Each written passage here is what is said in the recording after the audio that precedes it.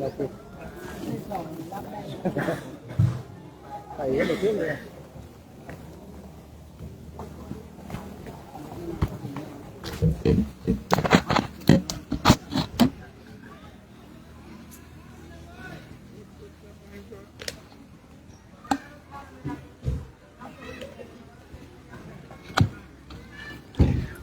สัพเพพุทธาพลปตตาปเจกนัญจะยังพลังอรหันตานัญจะเตเสนะรักขันตุพันธามิสัพพโสนามาตุรัตนตยัสสะขอความน้อมแด่คุณพระศรีรัตนตรัยกราบถวายความเคารพ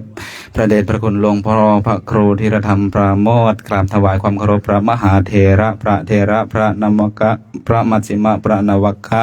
ขอนับเตน้องสมณเณรแม่ชีอุบาสกอุบาสิกาทุกท่านครับวันนี้ก่อนเราที่จะออกจาริกเดินอีกวันหนึ่งก่อนที่พวกเราที่จะเดินนั้นเราต้องมาเตรียมความพร้อมกัน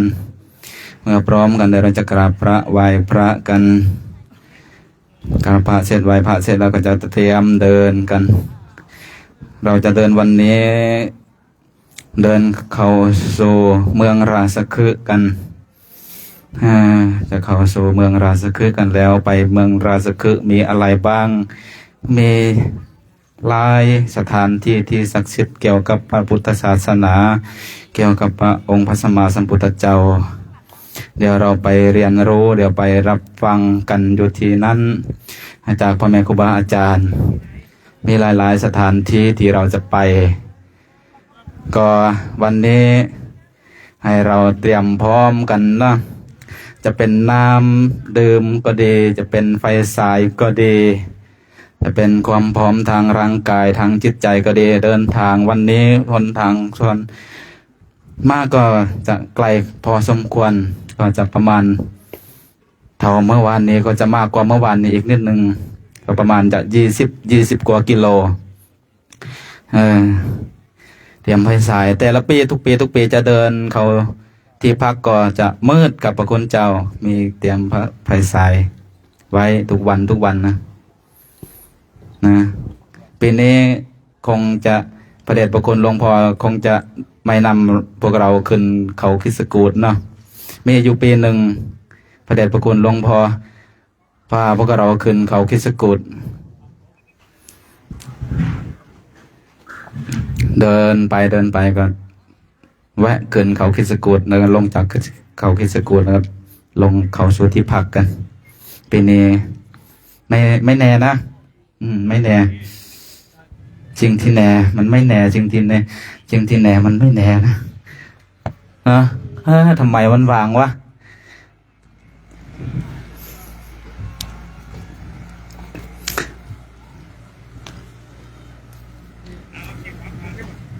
เอายังไงมหาสมัยเข้าก่อนไม่ให้สวดแล้วเขาให้ไปทำอินทสาระ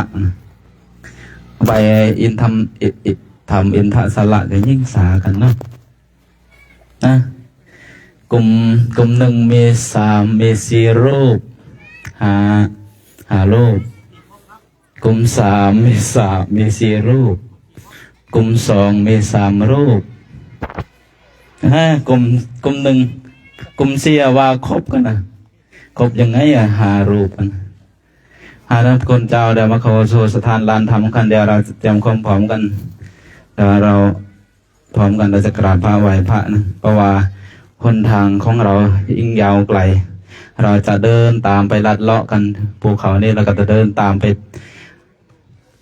เรียบภูเขานั้นไปนู่นเราก็แวบเขาเมืองราชคฤห์กันไปโผล่กันที่เมืองราชคฤห์กันนู่นนะ20 กว่ากิโล25 กิโลถ้าทางเดินก็18 กิโลแต่เราไม่ได้เดินทางเดินนะเราเดินทาง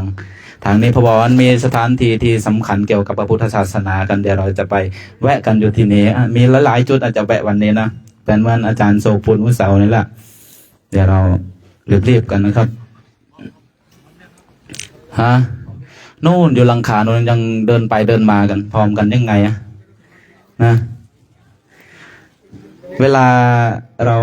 สั้นเขาเสร็จก็รีบทำ ภารกิจส่วนตัวกันล้างบาตรเก็บบาตรแล้วเสร็จสับเรียบร้อยเก็บเต็นท์เก็บอะไรก็รีบๆครับพระคุณเจ้าตอนนั้นเราไม่ต้องคุยต้องสนทนากันละช่วงไหนมันเวลาว่างๆมันเหมาะสมกันเดี๋ยวตอนนั้นเราไปสนทนากันไปถามกันว่า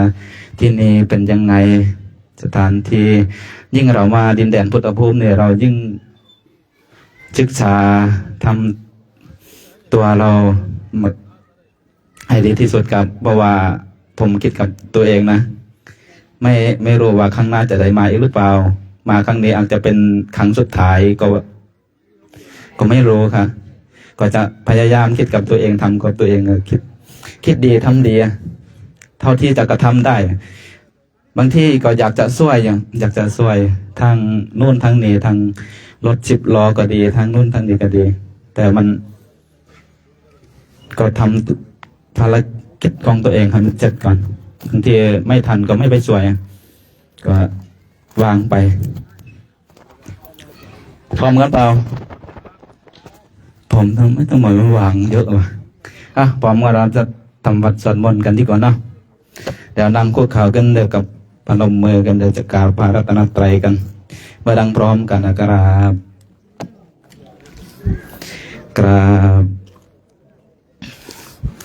ครับขอโอกาสคณะสงฆ์เป็นต้นเสียงนำทำวัดก่อนออกเดินจาริกในวันนี้โยโสภะคะวะอะระหังสัมมาสัมพุทโธสวากขาโตเยนะภะคะวะตาธัมโมสุปฏิปันโนยัสสะภะคะวะโตสาวกสังโฆตัมมะยังภะคะวันตังสัทธัมสสังฆังอิเมสักการะทุกขตะปันนาการะพุเตมปฏิคันหาตุอัมหากังเทียคารตังอิตายะสุขายะอรหังสัมมาสัมพุทโธภะคะวาพุทธังภะคะวันตังอภิวาเทมิสวากขาโตภะคะวะตาธัมโมธัมมังนัมมัสสามิสุปฏิปันโนภะคะวะโตสาวกสังโฆสังฆังนะมามิหันธรรมยังพุทธัสสะภะคะวะโตปุพพภาคณมะการังกะโรมะเสนะโมตัสสะภะคะวะโตอะระหะโตสัมมาสัมพุทธัสสะนะโมตัสสะภะคะวะโตอะระหะโตสัมมาสัมพุทธัสสะนะโมตัสสะภะคะวะโตอะระหะโตสัมมาสัมพุทธัสสะหันธรรมยังพุทธานุสติธัมมานุสติสังฆานุสตินะยังกะโรมะเสเอติปิโสภะคะวะอะระหังสัมมาสัมพุทโธเวสสาจารณะสัมปันโนสุขโตโลกวิทูอนุตตรปุริสธรรมสารติสัทธาเท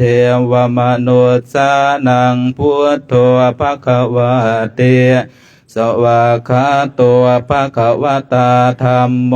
สันติติโกอาคาลิโกเอหิปัสโกโอปัญญิโกปัจจตังเวทิตาโพเวียนโยเฮเตสุปฏิปัน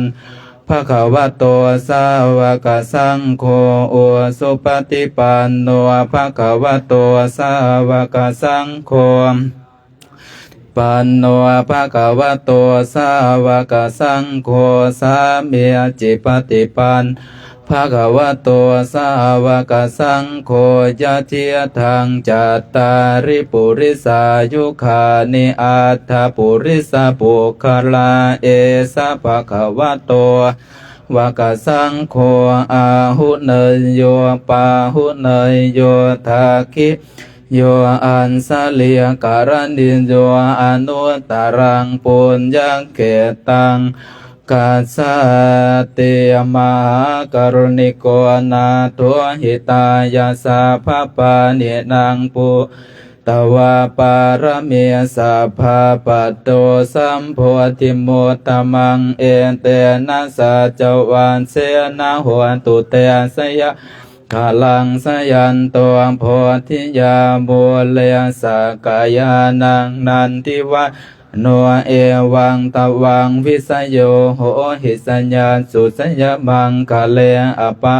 สิตาปัลลังเกสีเสปัทวิโปคาเรอภิเสเกสาปพุทธานังอัคคปัตโตปโมทาติสุนาคาตังสุมังสุปาปาตังสุโหติตังสุขโนสุโมหโตจาสุเยทังพรหมจาริสุปทาคินังกายกรรมังวาจากรรมังปะดาคินังมโนกรรมังปะเนอทิเตปัฏฐาคินาปัฏฐาคินานิกาตวานลพันตเทปัฏฐาคิเนเมตตายะภิกขเวเจโตวิมุตติญาอาเสวิตายะภาวิตากตายะอเนกตายะวันตุกตายะอนุทิตายะสุสมารัตถายะเอกาทัสสานิสังสาปฏิกังคากตเมเอกาทัสสะสุขังสุปฏิสุขังปฏิปัวสตินปาปะกังสุปัสสติมนุสานังปิโยโหติอมนุสานังปิโยโหติเทวตาราคันตินาจาอาคิสังวาสัทธังวากามติตุวตังเจตังสมาธิยติมุขวันโนเวปัสสิทติอาสัมมุระโหลังกโรติอุตเรงอปติเวสันมะโลโกปะโคโหติเมตตายะภิกตัววิมุตติญาอาเสวิตายะภาวิตายะพหุเลกตายะยาเนกตายะวัตถุกตายะอนุทิตายะปริยาสุสมารัตถายะอิเมเอกาทัสสะสังสาปฏิกังคติธรรมโวจะภควาอันตมนาเตเปียคูภควโตภาสิตังอภินันทุนเต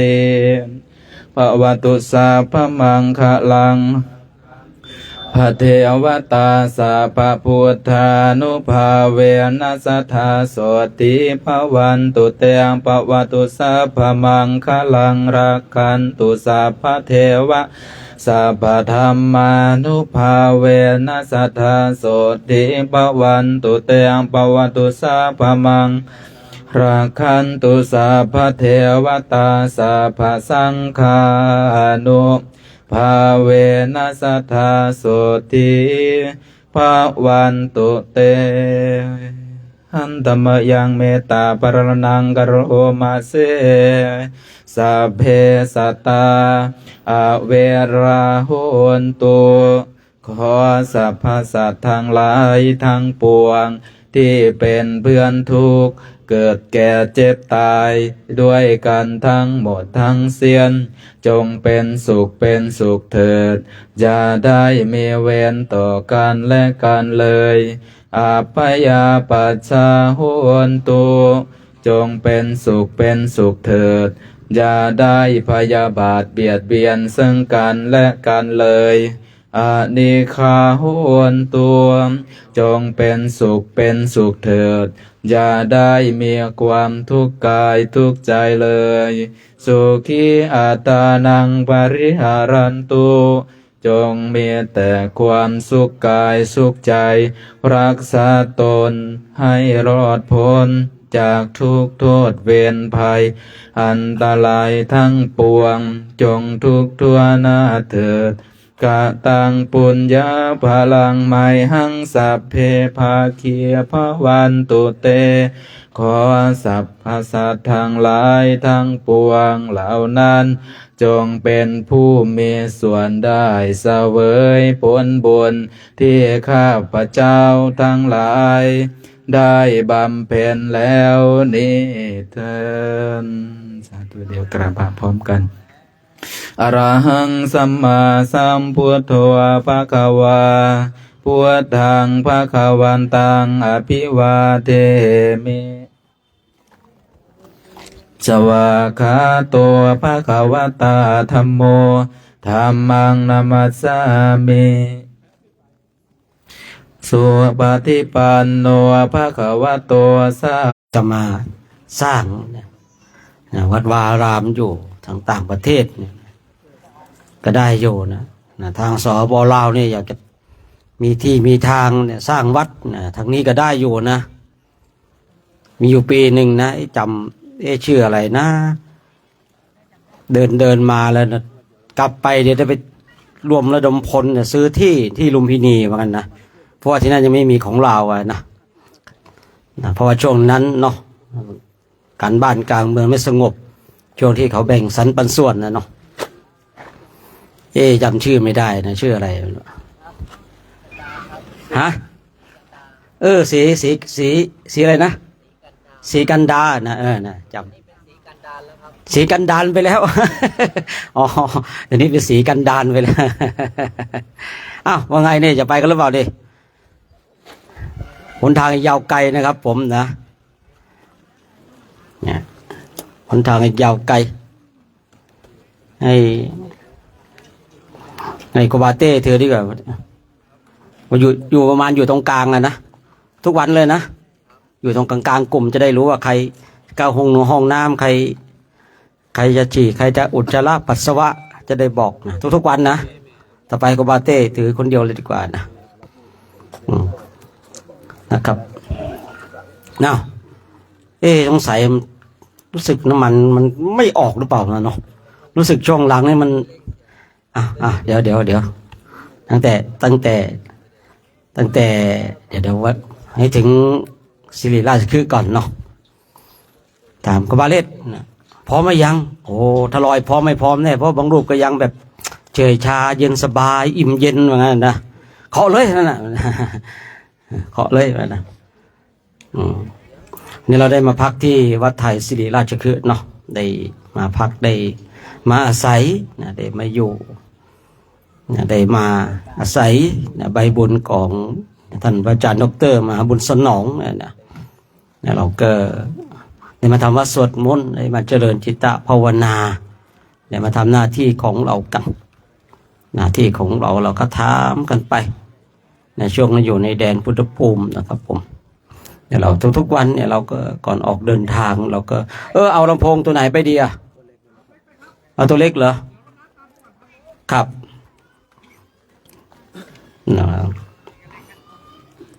ถ้าตัวใหญ่นี่ก็หึมเลยนะถ้ารถ10 ล้อถ้ารถ10 ล้อไปด้วยกับ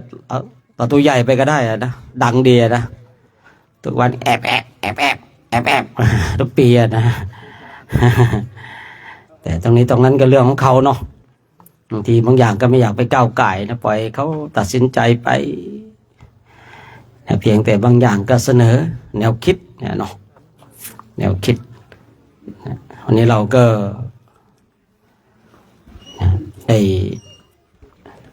จะได้เข้าสู่กรุงราชคฤห์นะก็เดินเ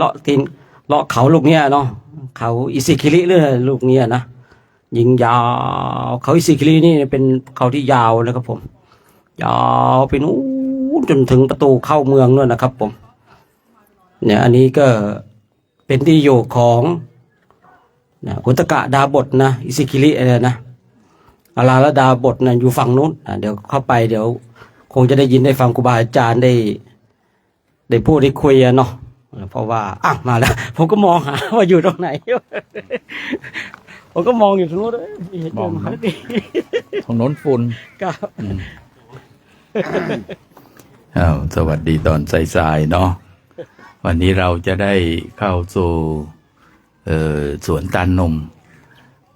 ตามรอยบาทพระศาสดาที่พาพระ 1,000 รูปที่เราสาธยายอทิตตปริยสูตรได้บรรลุพระอรหันต์หมดแล้ว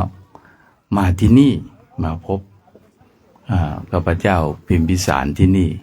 เดี๋ยวเราจะได้ไปดูที่ท่านมาพบกันเนาะวันนี้ก็คงถวายไว้เพียงตัวนี้เนาะขอความสุขความเจริญในธรรมจงมีแก่ท่านทุกรูปทุกองค์ทุกท่านด้วยเถิด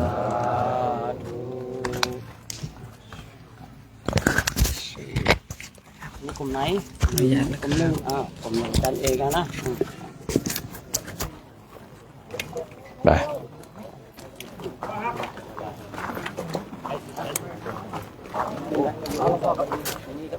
ฮะอย่าไปนู้นเลยอย่าไปนู้นเลยนู่นอ๋ออย่าไปน้อยผมก็ว่าทำไมมองไม่เห็นดีต้องอยู่ตรงนี้สิถึงจะถูก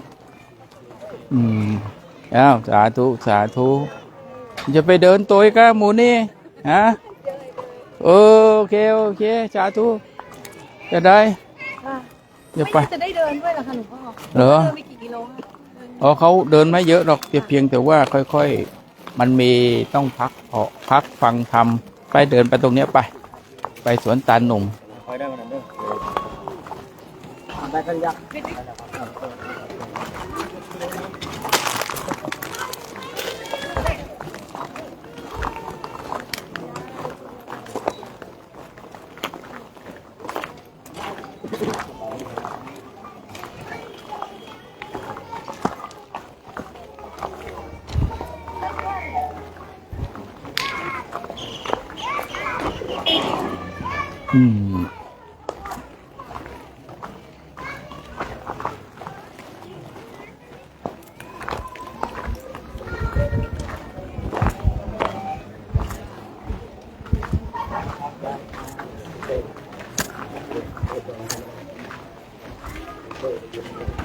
หวัดดี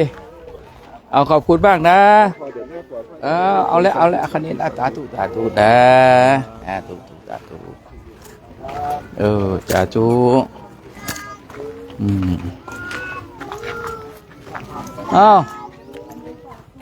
เอานี่กลุ่มไหนนะสาธุนะนี่ก็สาธุดีมีสุขนะสาธุสาธุ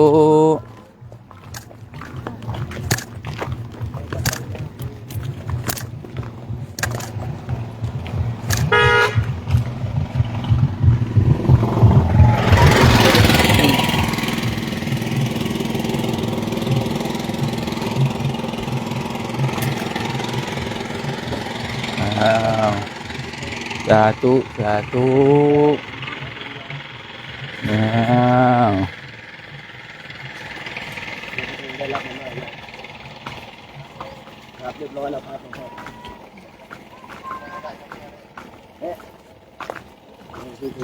โอ้ยนี่ต้นอะไรเนี่ยโชคฮะตีนเป็ดครับตีนเป็ดโอ้โหไปเรียกตีนเป็ดอินเดียไม่ได้นะเสียชื่อหมดเลยเรียกอะไรต้นอะไรครับอินเดียพญาสักบันเนี่ยหนุมานเนี่ยสายต้นนี้ไปอยู่อินเดียตัวนี้เหรอนี่กำลังออกดอกมาพญาสักบันนะเนี่ยโอ้โหไปเรียกตีนเป็ดเขาเสียชื่อหมดตีนเป็ดกันนี่กับใบมันเนี่ยคล้ายๆ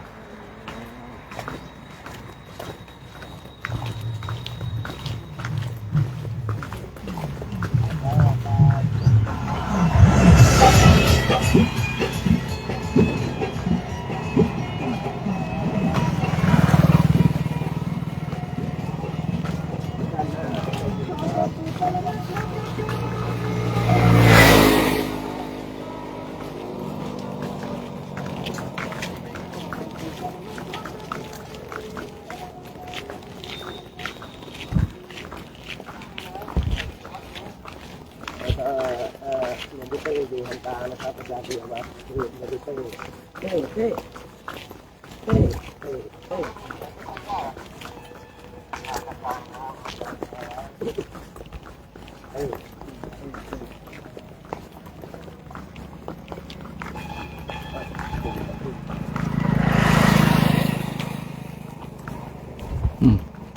ทีนี้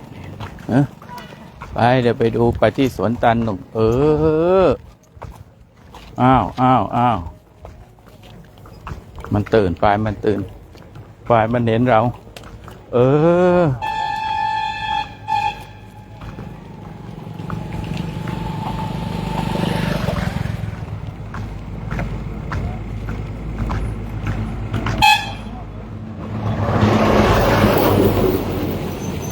โอ้โห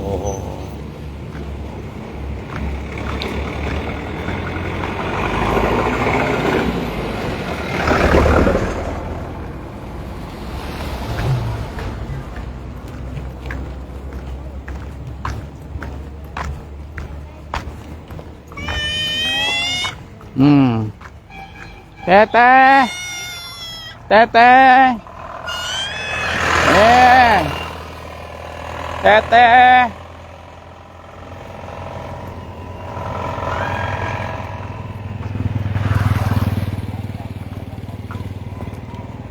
ท่านมหาใช้ชาวบ้านเป็นรั้วได้ เป็นวัดเดียวที่ไม่มีรั้วประตูไม่ต้องล็อก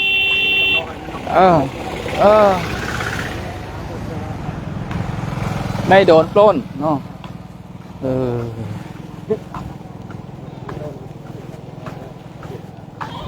เพราะอะไรอานิสงส์ของการให้เนาะ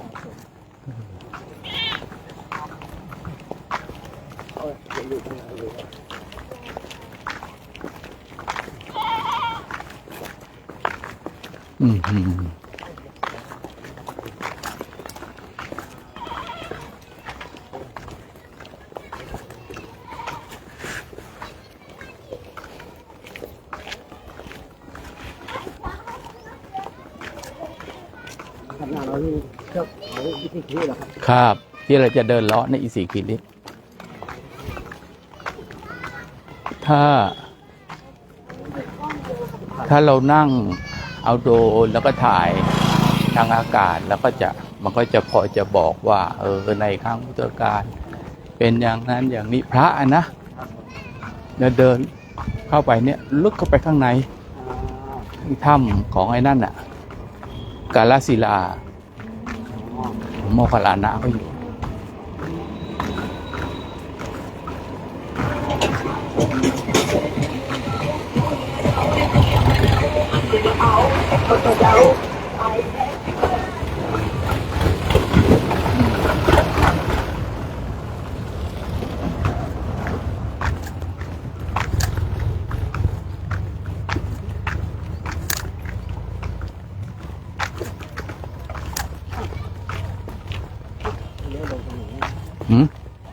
ข้างหน้านี่ไงเนี่ยที่มอเตอร์ไซค์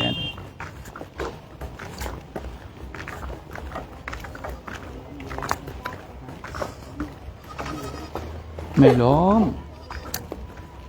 ทางเดินเขาอยู่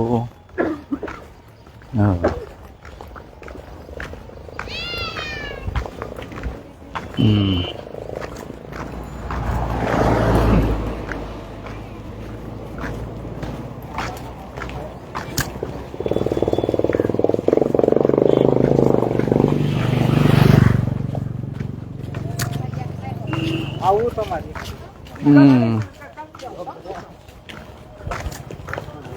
เนี่ยข้างหน้า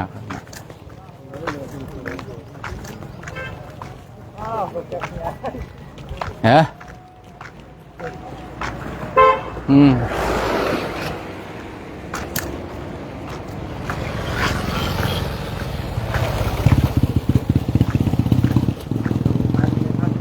เนี่ยตรงเนี้ยทางนะเดี๋ยวซ้ายง่ายเด้อซ้ายไปหน้านี่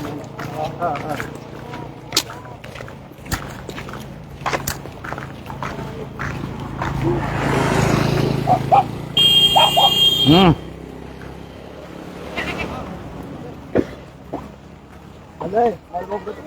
ไหนวะน่ะเอาตู้ต้นนะตู้ต้นไปยังตู้ต้นนะโ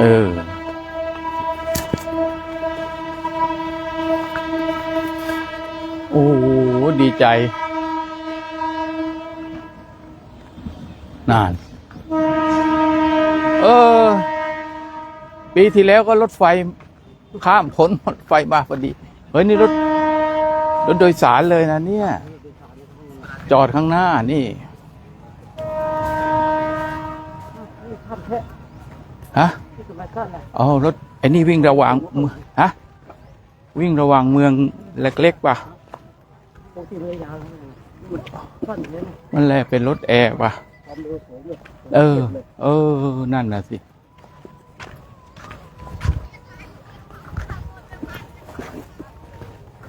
กลางคืนบีบแกรกันกี่ครั้งก็ไม่รู้เนี่ยนะเครื่องดีเซลไม่มีเลยแล้วโอ้ยเนี่ยโยมเอ้ยอินเดียเขานะเขาไม่ได้ใช้เครื่องดีเซลแล้วเขามีไฟฟ้าหมดแล้วรถไฟเขานะ แต่เดี๋ยวถึงใต้เลยนะครับ ถึงใต้สุดเลยนะ ก็ซื้อเครื่องบินลบทิ้ง110 กว่าลำ ทุกลำทั้งลำแล้ว ไม่เหมือนบ้านเราซื้อ5 ลำ 10 ลำเพราะว่าอินเดียจนเนี่ยก็ เป็นร้อยกว่าแล้ว โอ้โหเงินเป็นล้านหนึ่งก็ประมาณเรา ขึ้นนู้นน่ะขึ้นห้องนู้นน่ะห้องนู้นน่ะมาถามกันละทางน่ะ สบายใจได้รถไฟผ่านไปแล้ว นั่งรออยู่นั่นแหละคือ อืม นี่ดูวางอยู่เลยที่เขากลับเอง ไอ้นี่มันเป็นเมืองเล็กไงเมืองเล็กก็จะไปพาดเขาอีกทีหนึ่ง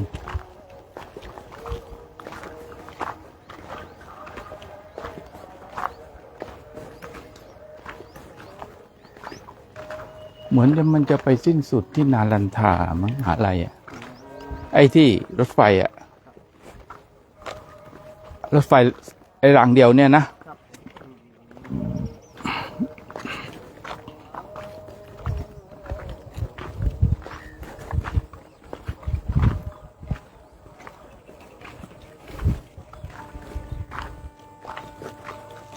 ยังไม่มานะ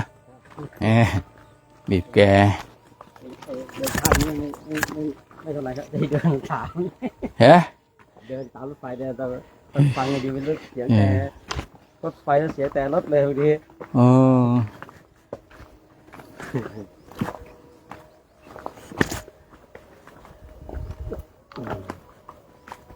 เดี๋ยวจักอึกอะแล้วเออเป็นหลายวัน แต่ของเต็มหน้าเท้าเลย ฮะ แปะของเต็มหน้าเท้าเลย เหรอ มาเรื่องนี้ เสียเขาคุยมาเช้าเสีย0เลยโอ้ แต่เราเดินไปทางต้นโพน่ะไปทางโน้นน่ะน่ะ เอาช่วยไอ้นั่นมันหน่อยสิเฮ้ยไอ้จักรยานตากล้องมันมาหน่อย ไอ้เน้นโอ ปั่นจักรยานแล้ว ปั่นจักรยานก่อนเน้นโอน่ะพี่นายอะพี่ไหนลุงพี่นายเคยช่วยไปไหนอะ ยัง ทำไมไม่บอกพี่นายปกติเคยแย่งกันกระเดียดแล้วรถอะแย่งกันขับแต่ไม่เคยแย่งกันจริงเคยแย่ง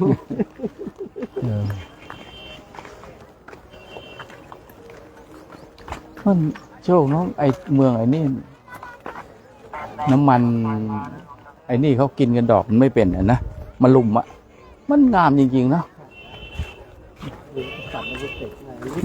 ก็ต้องแต่งอ่ะ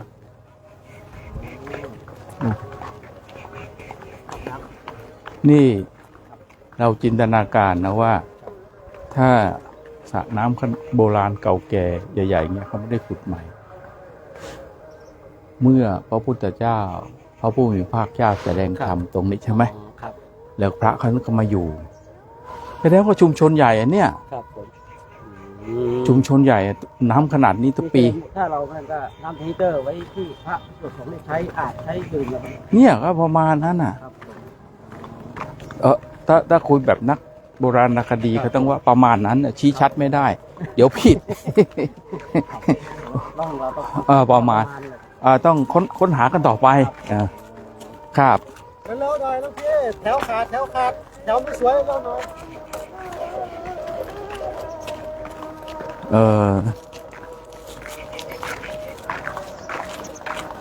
แล้วต่อมาไอ้ที่ตรงนี้นะเทศกาลเทพเจ้าแห่เทพเจ้าโยนลงน้ำ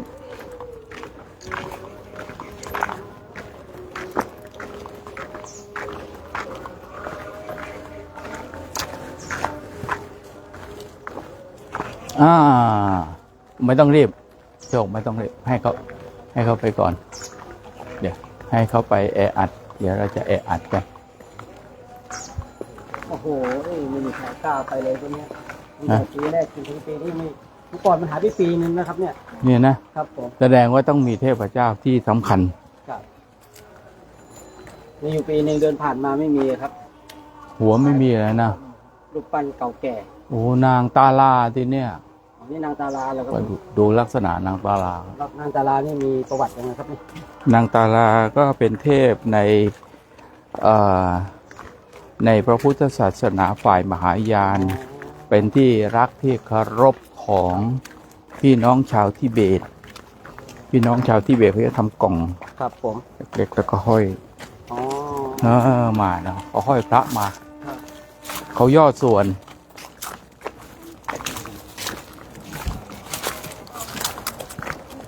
นี่โอ้นี่เลยได้ว่าช่วยมาขอบคุณครับ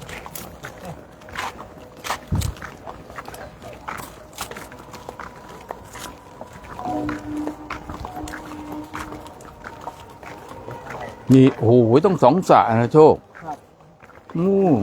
สงสระโบราณทางนั้นนะเนี่ยแสดงว่าชุมชนต้องไม่ใช่อยู่แค่เนี่ยมันก็จะกระจายไปเงี้ยนะใช่สระโบราณนะเขาเข้าใจเนาะล้นจากสระนี้ไปสระโน้นต่อเนาะร่องน้ำเนอะแสดงว่าร่องน้ำต้องมาจุดนี้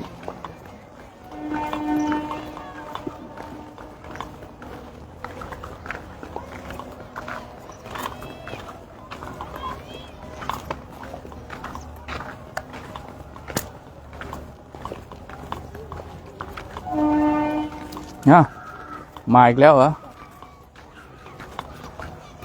ไปเข้าไปแล้วก็ไปได้แล้ว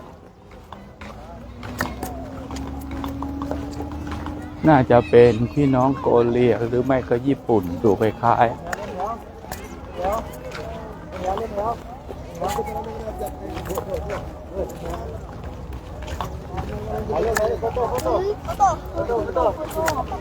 ได้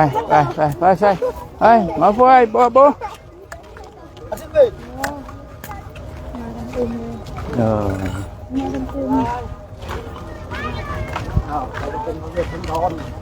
เอาเถอะ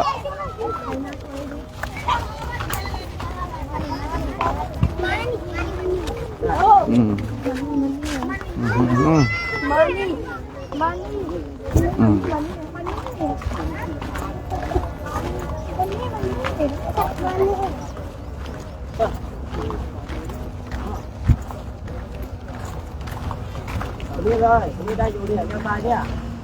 ไปที่ไหนครับ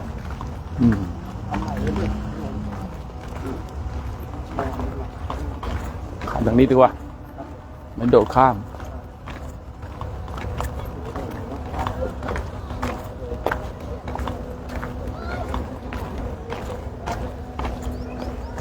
รถรุ่นเก่า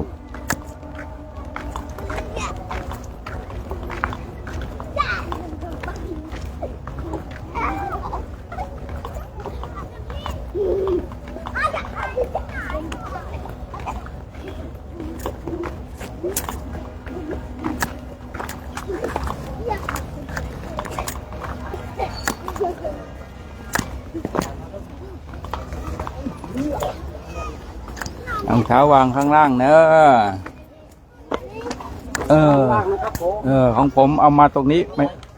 มันไม่มีที่ยืดไปดูด้านหน้านู่นไปชม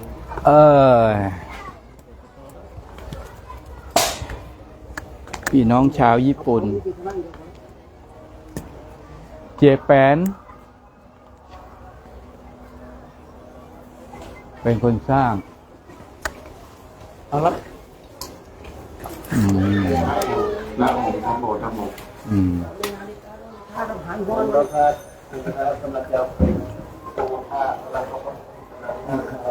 นะโมเทศเสียงหนึ่งสองหนึ่งโมนะโม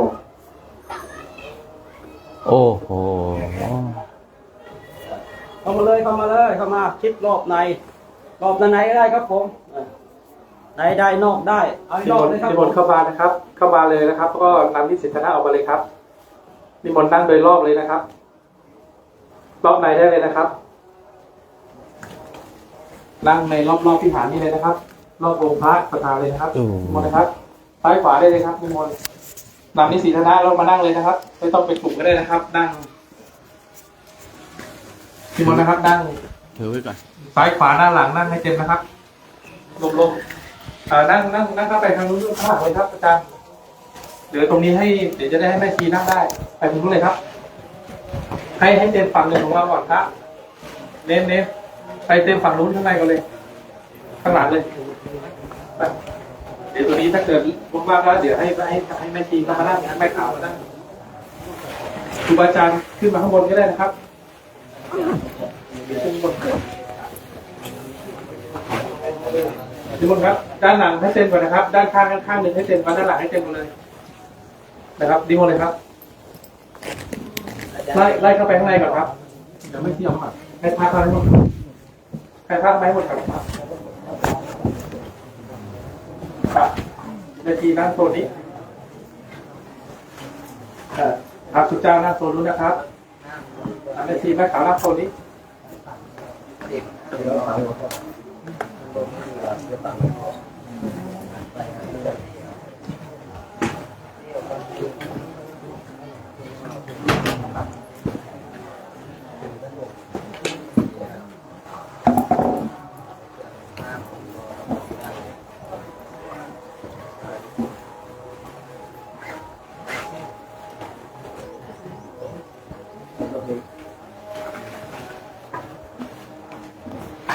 สถานที่ตรงนี้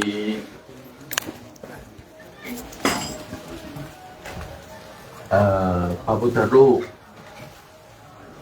นี่ก็สร้างมานานนะที่เขาตีเข่ามันจะได้เดินไปไหนไม่ได้มีความเชื่อนะเนาะ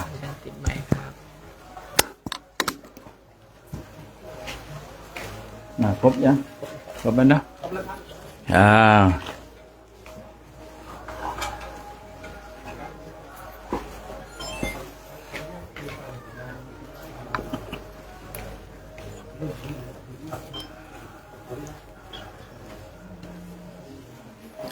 เดี๋ยวเราได้กราบพระบูชาพระพุทธเจ้าคุณพระรัตนตรัยกันก่อนนะพร้อมกราบ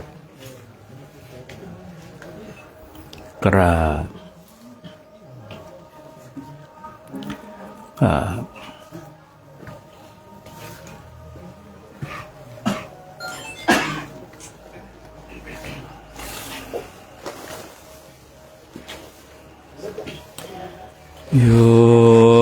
นโสภะคะวะอะระหังสัมมาสัมพุทโธสวากาโตเยนะภะคะวะตาธัมโมสุปฏิปันโนยัสสะภะคะวะโตสาวกสังโฆธัมมังยังภะคะวันตังสัจจังฆังอิเมหิจักขายิยะทารังอาโรปิเตชัยยามะจันตุโนปันเตภะคะวะปาเรเนปุตโตปิชนะตานุกัมปะมานาสาอิเมตุกตาปันนาปฏิการนาตุ อามากังติกิตายาสุขายาอะระหังสัมมาสัมพุทโธภะคะวาพุทธังอะภิวาเทมิสวากขาโตภะคะวะตาธัมโมธัมมังนามัสสามิสุปันติปันโนภะคะวะโตสังฆังนามามิปิดวิจุปะหันธรรมยังบุตรสาปะคะวะโตบุปภาคณมการังกโรมาสิ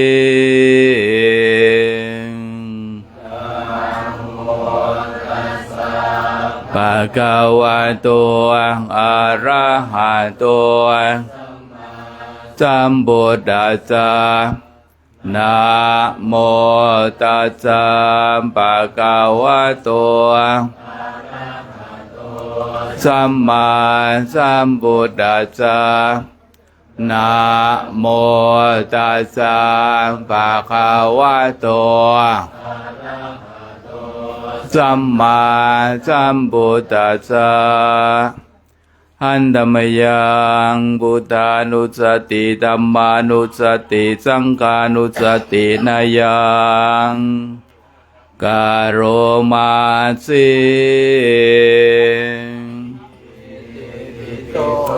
ภะคะวะอะระหังสัมมาสัมพุทโธวิชชา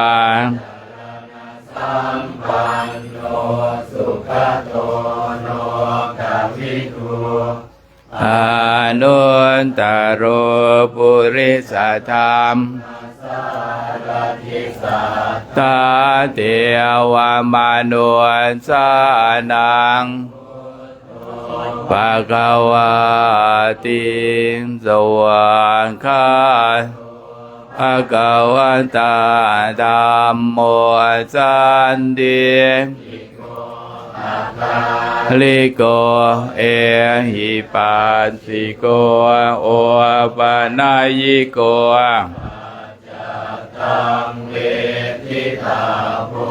วินโยเยติสุปฏิปันโนสาวกสังโฆโอจุปฏิปันภะคะวะโตสาวกสังโฆภะคะวะโตสาวกสังโฆจิปฏิปันโนภะคะวะโต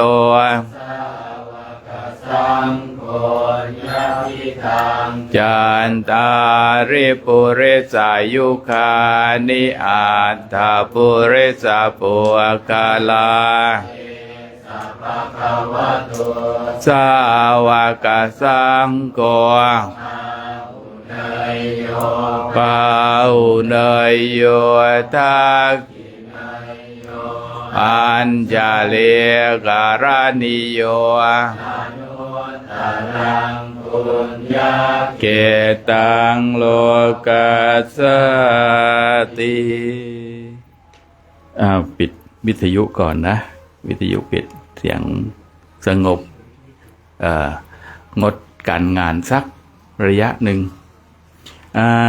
นั่งภาวนากันนะเอาที่ได้นะผ้าเราดีไม่ต้องปูก็ได้นะผ้าเราดีผ้าเราไม่ดีก็ต้องปูอย่างของอาตมานี่ไม่ค่อยดีเนี่ยของเราผ้าดีเอานั่งภาวนากันสักหน่อย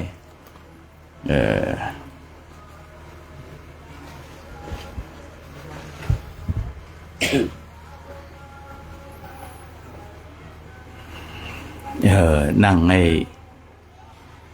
กายตรงๆเนาะได้หลวงพี่ต้นเขาจะได้เก็บภาพประวัติศาสตร์ครั้งหนึ่งในชีวิต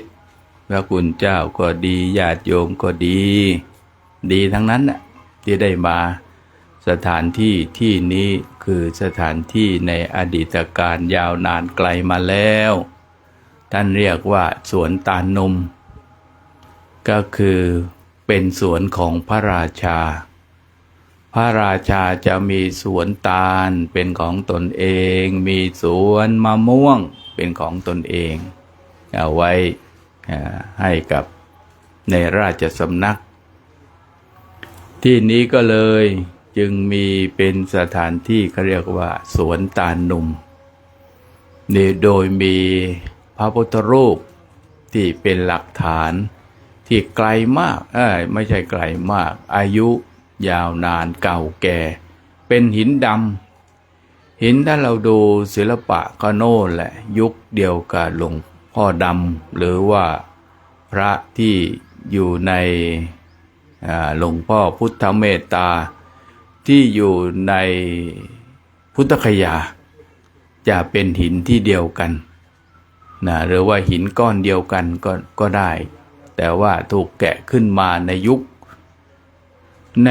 โน้นละ1,000 กว่าปีพันฝ่า2,000 ปีนี่เนาะนี่ตัวเลขก็ถวายพระคุณเจ้าไปศึกษากันเองแล้วก็ในส่วนที่สาระสำคัญที่พระผู้มีพระภาคเจ้านำพระภิกษุ 1,000 รูปที่ได้ฟังอทิตตปริยสูตรจบลงพระภิกษุใหม่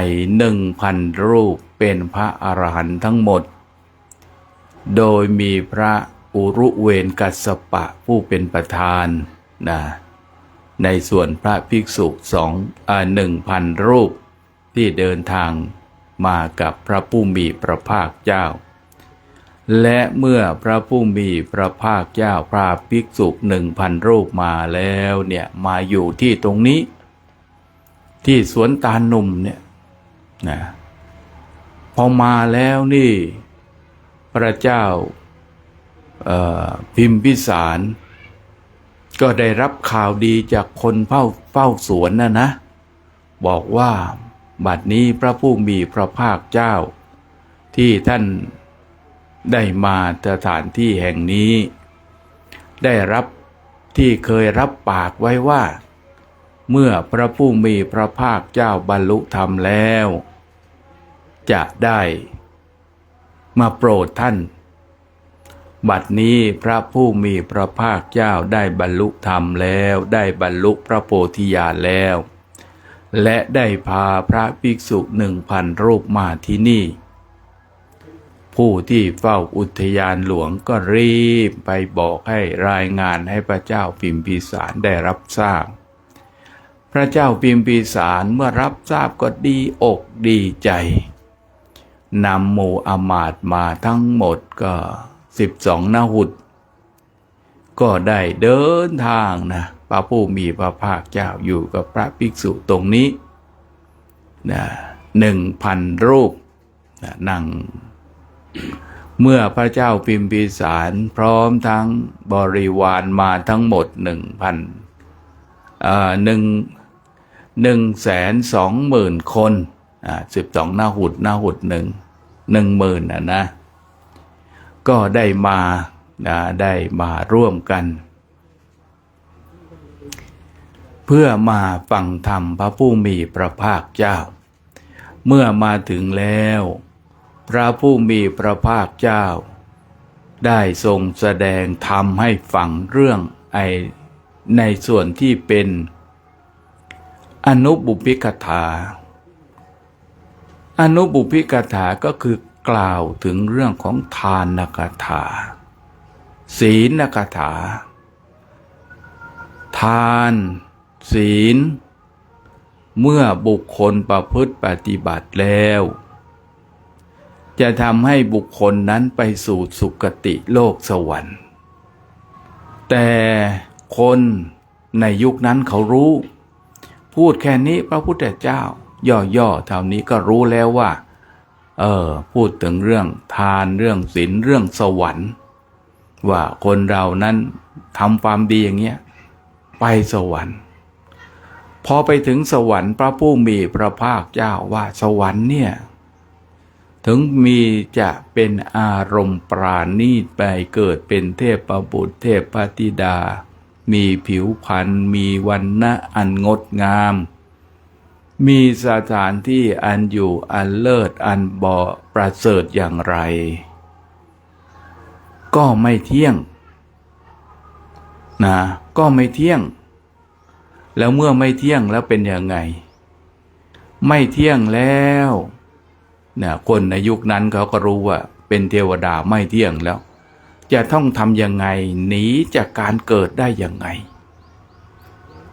หนีจากการเกิดได้ยังไงท่านก็บอกว่าเนคขมมะคือการออกบวชออกปฏิบัติคือต้องปฏิบัติธรรมกรรมฐานท่านเรียกว่าเนคขมมะออกปฏิบัติธรรมกรรมฐานทำใจจิตของพระเจ้าพิมพิสารเมื่อฟังมาถึงว่าต้องออกบวชธรรมะต้องออกบวชต้องปฏิบัติอย่างเดียวถึงจะได้บรรลุธรรมจิตใจของท่านบอกว่าในตำราพระสูตรบอกว่าสะอาดบริสุทธิ์นะใสสะอาดบริสุทธิ์ดุจผ้าขาวต้องการน้ำย้อมพระผู้มีพระภาคเจ้าก็แสดงอริยสัจสี่ทุกข์สมุทัยนิโรธมรรค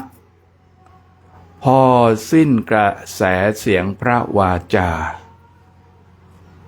บุคคลที่ได้บรรลุกันก็คือว่า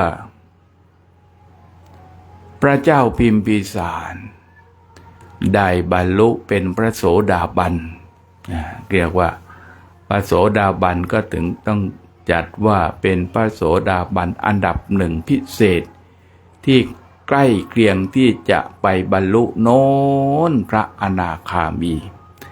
แต่ว่าท่านจะต้องทำหน้าที่ของอุบาสกท่านเลยบรรลุไม่ได้เลยทำหน้าที่ของอุบาสกสนับสนุนงานเผยแผ่ของพระพุทธศาสนาหรือว่าช่วยงานสนับสนุนให้พระผู้มีพระภาคเจ้าได้ประกาศทำคำสั่งสอนที่บริสุทธิ์บริบูรณ์ให้เกิดขึ้นท่านก็ได้บรรลุธรรมเพียง12 นหุตใน12 นหุตนั้นบรรลุธรรมไป11 นหุตก็คือ 110,000 คนนะ110,000 คนอีก10,000 คนนั้นประกาศตนเข้าถึงพระรัตนตรัยต่อมา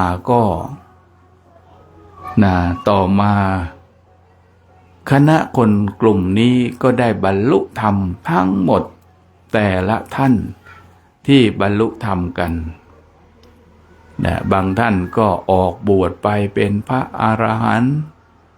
หรือว่าบางท่านก็บรรลุธรรมขั้นสูงไม่ได้กลับลงมาเกิดในเมืองมนุษย์อีกไปเกิดโน้นในดินแดนอันบริสุทธิ์คือเป็นพรหมชั้นสุทธาวาสอันนี้ก็ในส่วนหนึ่งของพระเจ้าพิมพิสารพระเจ้าพิมพิสารนั้นท่านก็ต้องแล้วต่อมาพระเจ้าพิมพิสารที่ได้บอกว่าท่านจะต้องทำหน้าที่เผยแผ่ทำในส่วนของคฤหัสถ์ฝ่ายอุบาสกเนี่ยถ้าเราฟังแล้วในส่วนของพระเจ้าพิมพิสารก็จะให้ว่าให้กุลบุตรหมู่บ้าน 80,000 มาฟังธรรมพระพุทธเจ้านี่ก็ส่วนหนึ่งในทุกๆส่วนงานตรงนี้ท่านเรียกว่าพระพุทธเจ้าของเรา 2:9 หรือว่า2 พระบาทของพระผู้มีพระภาคเจ้าเริ่มตีกลองธรรมะประกาศธรรมที่เมืองนี้ที่ตรงเนี้ยที่ตรงนี้ประกาศธรรมให้กับชาวเมืองราชคฤห์ชาวเมืองราชคฤห์ก็ปฏิบัติธรรมจากการที่พระเจ้าพิมพิสารพร้อมทั้งบริวารได้บรรลุธรรมแล้วพร้อมทั้งชลิน3 พี่น้องได้ออกบวชแล้วก็ต่อมาพระอัครสาวกเบื้องขวาเบื้องซ้ายได้ออกบวชนำบริวารชนให้ออกบวชติดตามไปด้วยทำให้ชาวเมืองราชคฤห์กล่าวตู่พระพุทธเจ้าว่าพระพุทธเจ้าของเรานั้นนำผู้ชายออกบวชหมดแล้วไม่นำความเจริญมาสู่กับวงตระกูลเดี๋ยววงตระกูลจะเสื่อมเสียหรือว่าสูญสิ้นไปพระพุทธเจ้าท่านก็ตรัสบอกว่าเป็นไปไม่ได้ที่ผู้ชายจะออกบวชนะว่าเป็นไปไม่ได้จะต้องอยู่ในส่วนหนึ่งแล้วพระพุทธเจ้าก็เลยบอกกับพระภิกษุให้ว่าให้ภิกษุนั้นได้ปฏิบัติกันไปบอกว่าชาวเมืองว่าพระพุทธเจ้าเสด็จมาที่เมืองนี้ก็เพื่อความเจริญของบุคคลเพื่อความเจริญของบุคคลเพื่อความสุขของบุคคลแล้วชาวเมืองที่วิพากษ์วิจารณ์พระพุทธเจ้าก็หายยินดีด้วยกับการที่พระผู้มีพระภาคเจ้าได้เสด็จมาสู่เมืองราชคฤห์หรือว่าเบญจนครภูเขา5 ลูกล้อมรอบอันนี้ก็ให้เป็นส่วนสำคัญเนาะให้พระคุณเจ้าของเราที่ได้เดินทางกันมาหลายที่หลายทางเนาะก็วันนี้ก็สมควรแก่เวลาเนาะให้เราท่านทั้งหลายขยับขยายอย่าได้แผ่เมตตาแล้วก็เดินทางต่อเดินทางต่อวันนี้เราจะเดินเลาะภูเขาอิสิคิริภูเขาอิสิคิริก็คือว่าเป็นสถานที่ที่นักบวชในสมัยก่อนหรือว่าพวกดาบทท่านบำเพ็ญตบะได้เหาะเดินอากาศได้มาที่นี่มาไปบิณฑบาตในเมืองเสร็จแล้วก็เหาะมาแล้วก็ลงเนี่ยคือลงที่บนภูเขาแล้วก็ลงไปบิณฑบาตปกติเขาเนี่ยเราเดินอิสิคิริท่านเรียกว่าภูเขากลืนกินฤาษีก็คือตอนลงท่านเห็นชาวบ้านตอนออกไม่เห็นก็เลยเรียกว่าเป็นอิสิคิริเนี่ยเดินเลาะไปนี่แหละเนาะเราจะได้แผ่เมตตากันต่อเนาะสัพเพสัตตาอาเวราโหนตุก่อ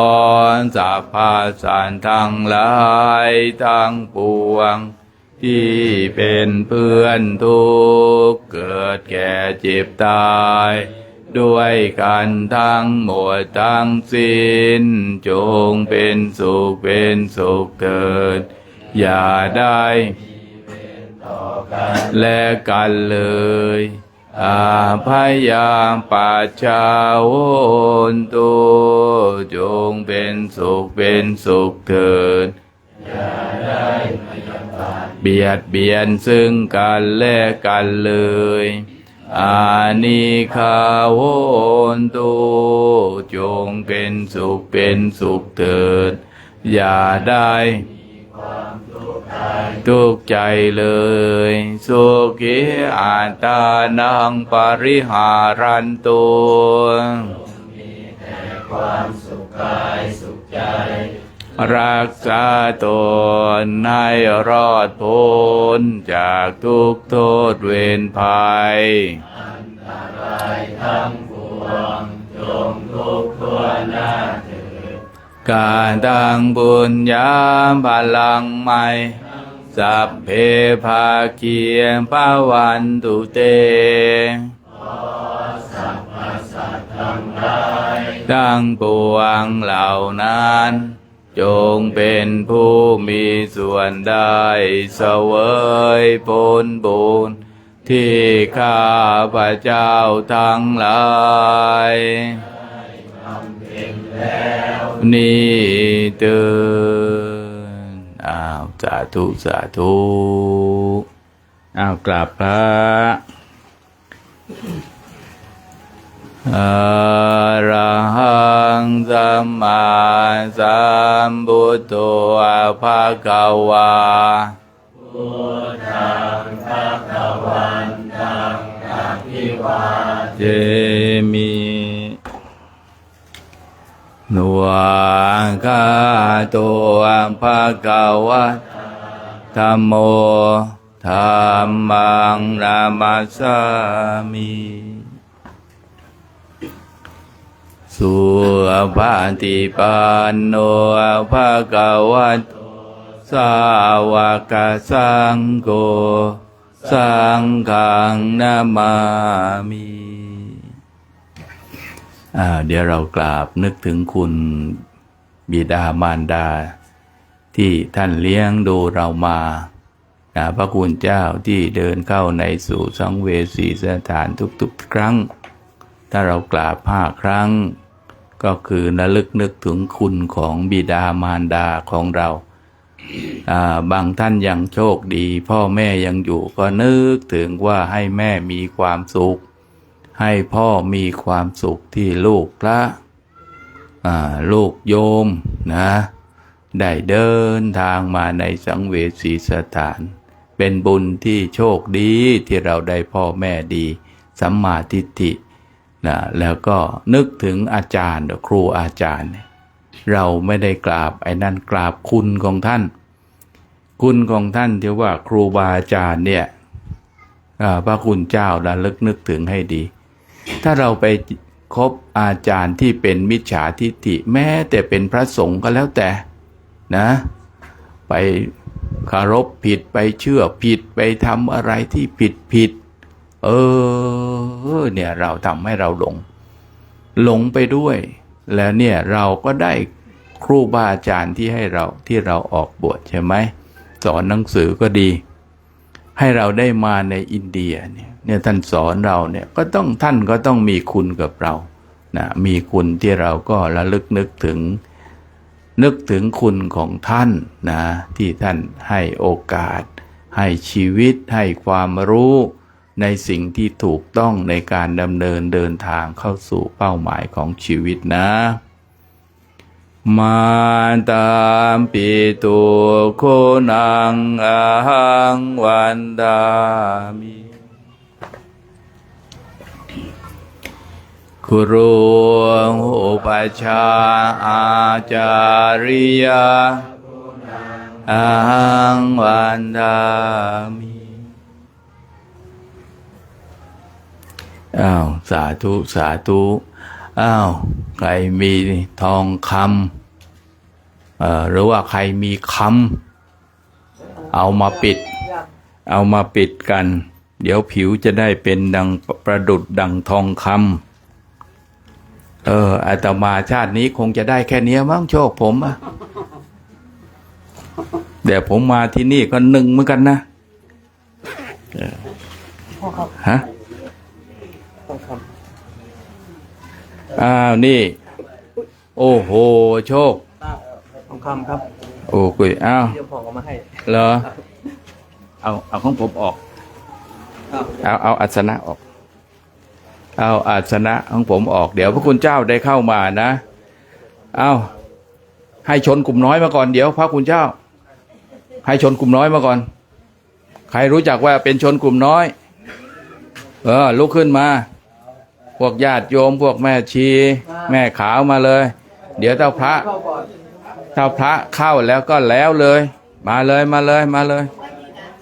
ฮะเข้ามาเนี่ยทั้งพระทั้งแม่เชิงแม่ชีมีผมไม่มีผมก็มาเถอะโจกแปะเดี๋ยวต้องเคารพก่อนเดี๋ยวจะเป็นเหมือนนั้นไม่เคารพนี่มีหรือเปล่าคำไม่มีขอที่โชคนี่โชควันนี้ให้เขารวยสักวันนะแจกคำเลยแจกคำมาเข้ามาเลยเอาล้อมลงพี่ต้นลบไปทางนั้นหน่อยนึงวนไปเลยวนเข้าไปปิดไปจะได้ที่เหลือให้พระคุณเจ้าเอาที่สบายใจเลยชอบตรงไหนมีการอะไรทำแต่ละที่มีคนที่แตกต่างกันนะนี่ข้างล่างสุดนี่นะล่างสุดนี่เป็นฝ่ายอุบาสกเนี่ยฝ่ายอุบาสกเนี่ยฝ่ายอุบาสกบาสิกาเป็นเจ้าของเป็นเจ้าภาพแกะนะเนี่ยสองคนอยู่ข้างล่างเนี่ยคนสมัยโบราณเนี่ยเขา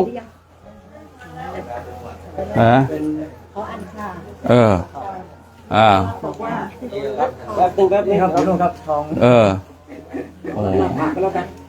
นี่ชอบหน้าตาโชคก็ชอบหน้าตาแจกที่ท้องเราจะแปะนั่งกระเจียวนี่ก็แปะอยู่มาบุญด้วยกี้ไม่มีคนเข้าคิวทางนี้มาทางนี้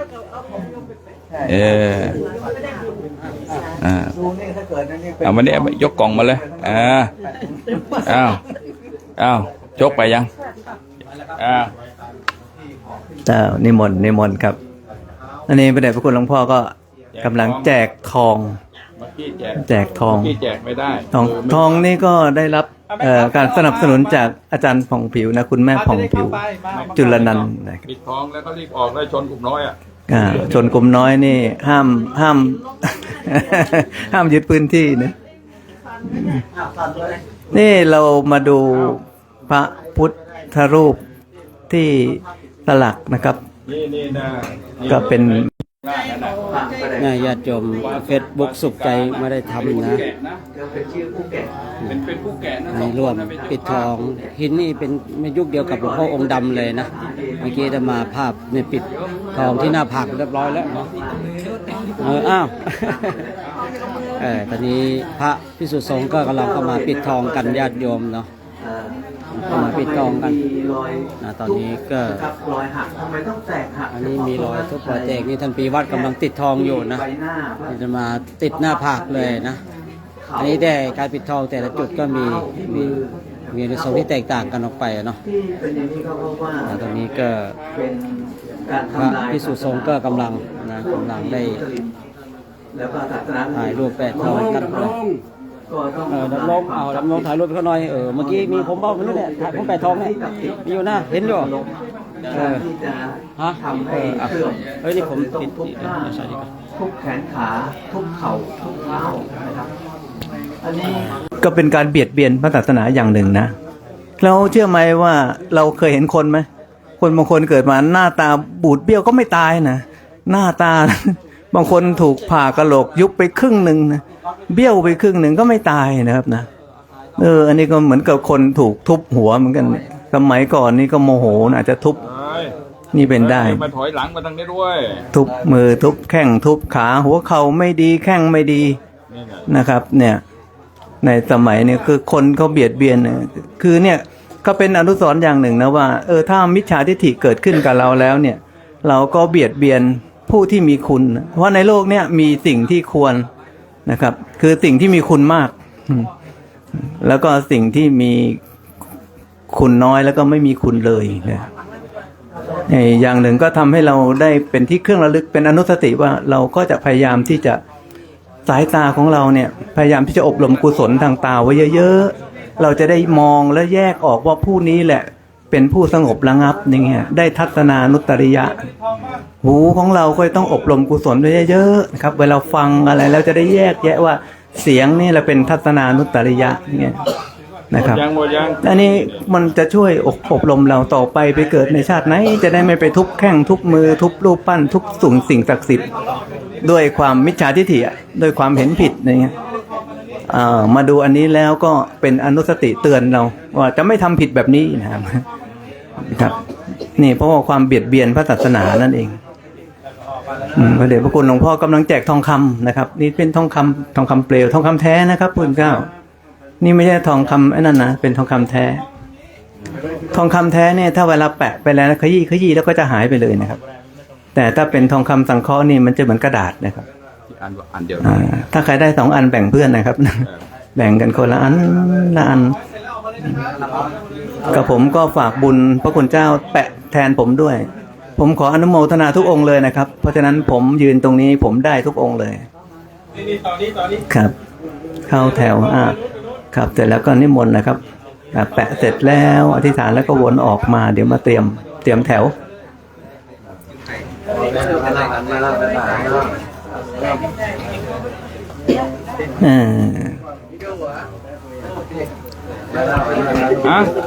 คือยังไม่ได้อันนี้หลังจากที่พระองค์ทรงแสดงธรรมโปรดพระเจ้าพิมพิสารเสร็จเรียบร้อยแล้วนะครับนี่ก็ปิดทองที่หน้าก็ปิดทองที่หน้าครับเอาที่สบายใจเอาที่สบายใจเลยนะครับปิดได้เลยถืออะไรฮะ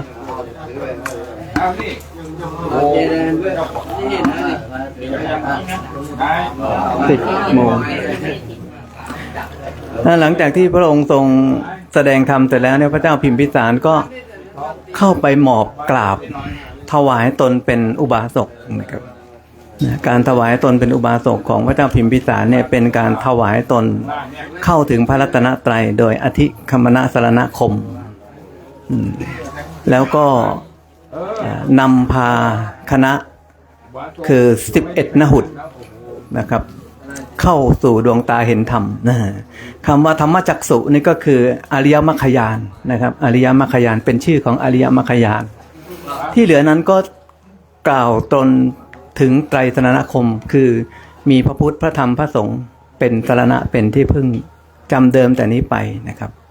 ก็หมายความว่าเขาเลื่อมใสนะแต่ว่าชนเหล่านี้ก็เป็นประเภทเวไนยะนะครับเวไนยะก็อบรมต่อไปอีกนะครับอบรมต่อไปอีกภายหลังมาก็ต่างคนต่างก็เข้าถึงคุณธรรมนะครับตามบุญตามวาสนาที่อัธยาศัยสั่งสมมาแต่ว่าทุกๆคนนะครับสมัยนั้นเนี่ยเป็นพุทธเวไนยหมดเลยนะพุทธเวไนยหมดเลยคือได้ฟังธรรมเฉพาะพระผู้มีพระภาคทรงแสดงเนี่ยไม่ว่าเขาฟังแล้วจะไปบรรลุในชั้นพรหมไปบรรลุในชั้นเทวดาในที่ไหนก็ตามหรือก็ชื่อว่าเป็นพุทธเวไนยเพราะได้ฟังธรรมแล้วก็ได้บรรลุนะครับสติแม้จะระลึกได้ช้านะครับแต่ก็บรรลุธรรมได้เร็วเพราะว่าได้ฟังมาแล้วตอนฟังไม่มีสตินะครับมีคือจำได้แต่ว่าสติตามระลึกนั้นไม่ทันพอไปแล้วไปเกิดที่ไปเกิดเป็นเทวดาไปอยู่บนเป็นเทวดาแล้วมีเพื่อนมาเตือนก็ระลึกถึงธรรมที่เคยฟังต่อหน้าพระพักตร์ได้ก็บรรลุธรรมในขณะนั้นนั่นแหละสติแม้จะเกิดช้าแต่ก็บรรลุได้เร็วรวดเร็วนี่ก็เป็นคุณของการฟังธรรมนะครับเอาละพระคุณเจ้าเสร็จแล้วนะครับก็ออกมาแล้วเดี๋ยวเราก็เตรียมตัวตั้งแถวนะครับพระเดชพระคุณหลวงพ่อออกมาแล้วครับสาธุครับสาธุครับนิมนต์นะครับสัมภาระขึ้นเลยครับก็ตั้งแถวข้างหน้าเลยครับไม่นิมนต์นะครับใครเสร็จภารกิจตรงนี้แล้วนะครับนิมนต์ขึ้นสัมภาระแล้วก็ลงไปต่อตั้งแถวข้างล่างเลยนะครับจะได้เดินทางต่อนะครับยังมีอีกหลายจุดนะครับที่เราจะต้องแวะวันนี้นะครับนิมนต์นะครับถ้าอยากอยู่ที่นี่นะครับ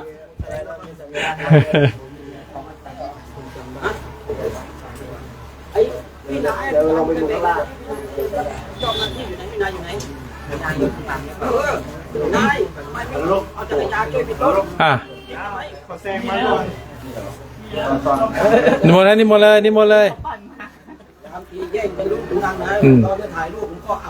โอเคไม่ไปด้วยไม่ เอาไปมีพูดแล้วมั้งปิดไมค์เลยได้หรือยังไงครับนิมนต์นะครับใครเสร็จแล้วนิมนต์เลยครับทั้งหมดเลยนะครับนิมนต์เชิญเลยครับข้างล่างตั้งแถวตั้งขบวนรอเลยครับ ทำไปไหนข้างนึงเอาท่องขึ้นกัน จะได้ เริ่มเลย ไม่เสียเวลานะครับผมเดี๋ยวครูบาอาจารย์ท่านจะได้ไปรอไปนำเลยนะครับ ตั้งแถวรอเลยนะครับ ตั้งแถวรอเลยไปเลยนะครับไปเลยนะครับ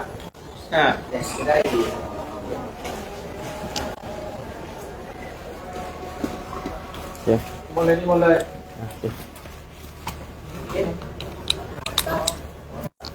ถ้าไม่ลดกระเทียมซิ่งเลยเนาะเติบมันไปเรื่อยๆหน่อย อันนี้ของใคร ไป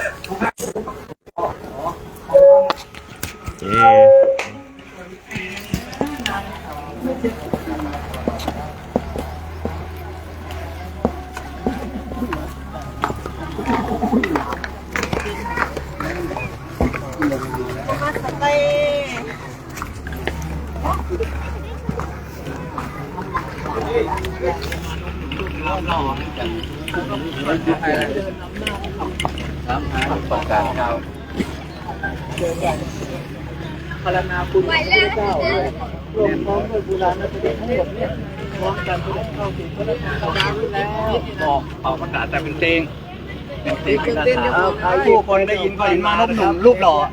โอ้ยใครเนาะรูปหล่อเดินขับเพลงก็เพราะหนุ่มรูปงามนี่เป็นของใครประเภทเหมือนจีบอะท้าวตากะก็เลยบอกว่าเราเนี่ยเป็นคนรับใช้ของพระพุทธเจ้าประมาณนี้ไพเราะมากครับเดินเข้าพระนครเราจะเห็นแบบเนี้ยครับนิมนต์ครับ ดูพระอาจารย์ครับ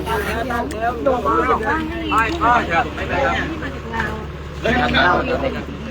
การล้างร้อนด้วยตั้งแถวตั้งแถวครับ บอลครับแล้วครับ หนึ่งพ่อตั้งเลยครับ ไปเดินไปหน่อยนึงใช่ไหม ตั้งแถวครับตั้งแถว รบกวนดูด้วยนะครับใครหยิบของเพื่อนมานะครับถึงกระทาย นิมนต์เข้าแถวครับวางจานเข้าแถวครับมันเสร็จเดี๋ยวดูกันแล้วตรงนี้ดูพระก่อนเนอะพระเข้าน้ำก่อนเนอะ นะครับหัวหน้าอยู่นะครับหัวหน้าเราอยู่ตรงไหนครับ ต่อนะนี่เนอะเรียบร้อยยังครับเรียบร้อยแถวเลยครับ ยังลำบาก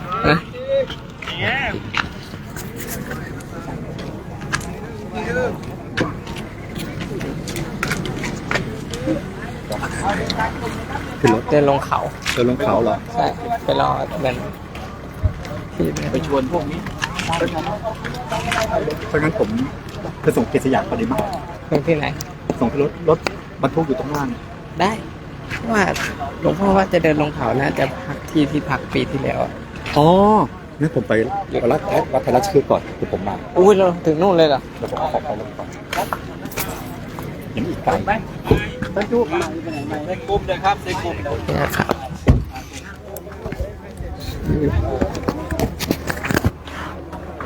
ไปทำมันอ้าวสาธุอ้าวเริ่มต้น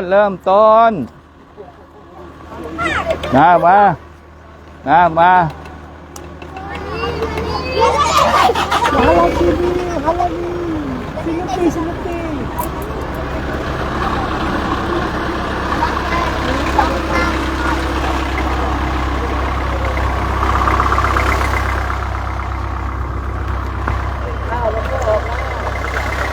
ไปไหมไปกันเปล่า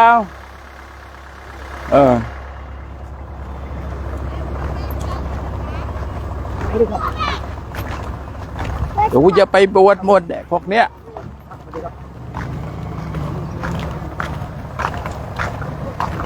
โอ้โหเล่น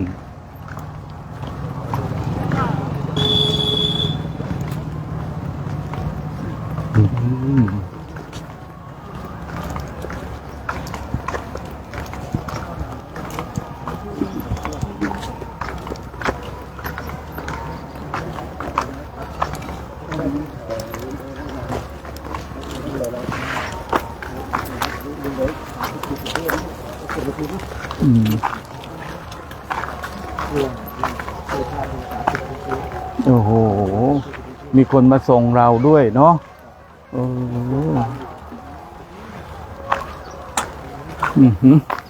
กำลังขันจมูกพอดีเองก็จะมาถ่ายวะโน่นละภูเขาลงภูเขา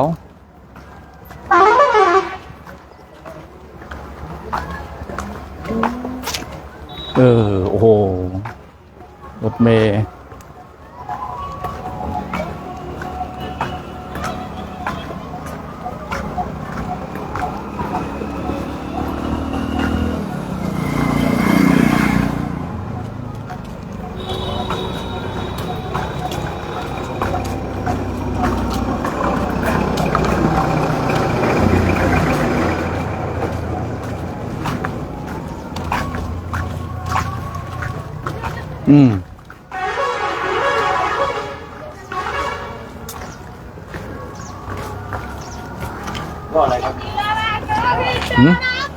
เจ้าหญิงอะที่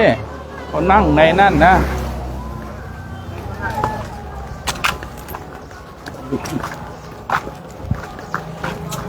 พร้อมยังโยกน่าจะพร้อมนะไป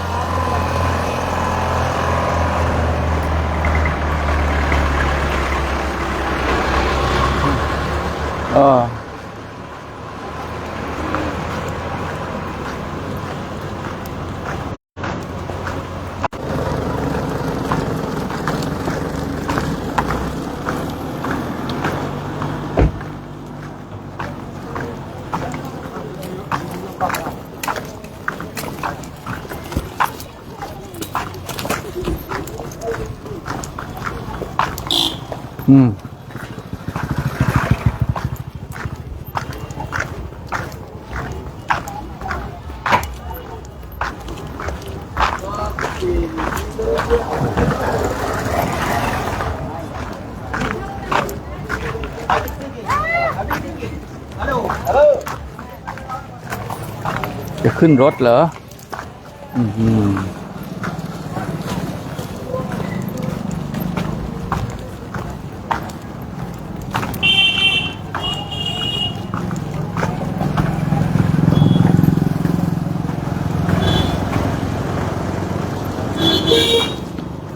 ต้องรายงาน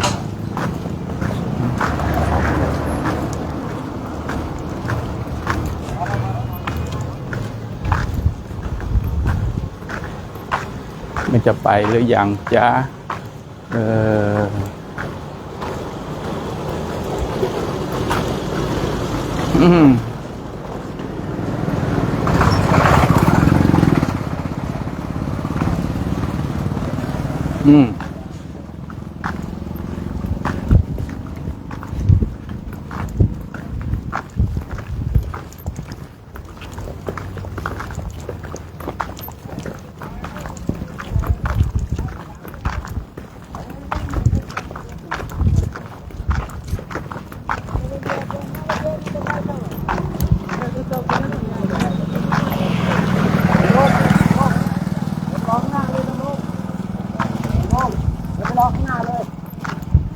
ข้างหน้านู่นน่ะไปดูวิวข้างหน้านู่นน่ะไปต้นไปดูวิวข้างหน้าเลยไม่ต้องถ่ายเท่านี้ เหมือนกันแหละ ไปถ่ายข้างหน้าไปตรงนู้นน่ะไปตั้งกล้องข้างหน้านู่นน่ะไปดูวิวข้างหน้าน่ะโน่นต้องวิ่งจ้ะเดินไปขามันสั้นไม่ทันเราสิแม่พวกเมงเขาถ่ายภาพโอ้โหก้าวยาวจังเลยผมฮะวิดีโอไหมแล้วแต่ดูที่สวยงาม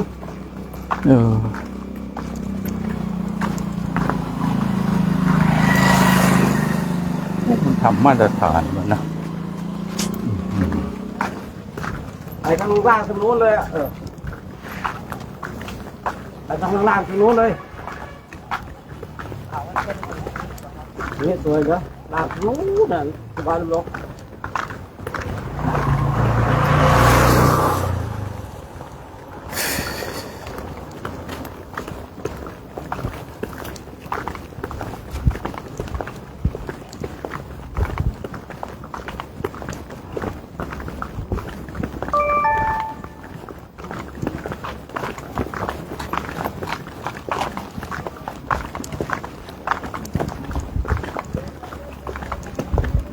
นู้นนะต้นเลย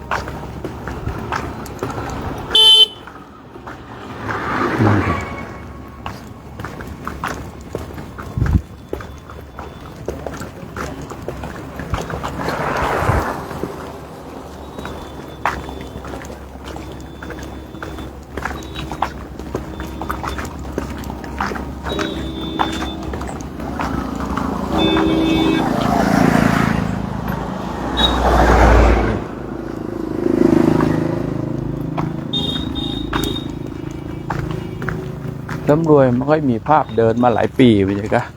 เนาะชวน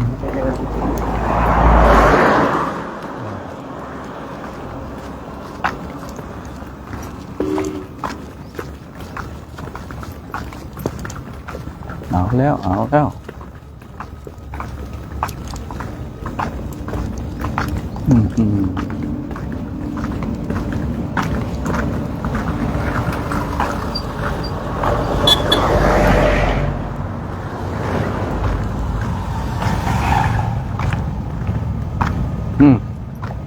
อีกแล้ว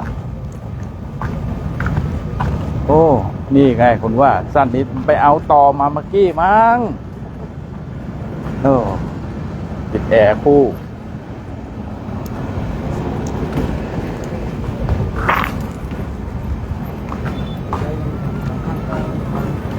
โอ้โชคว่าสั้นน่าจะเป็นพิเศษไหม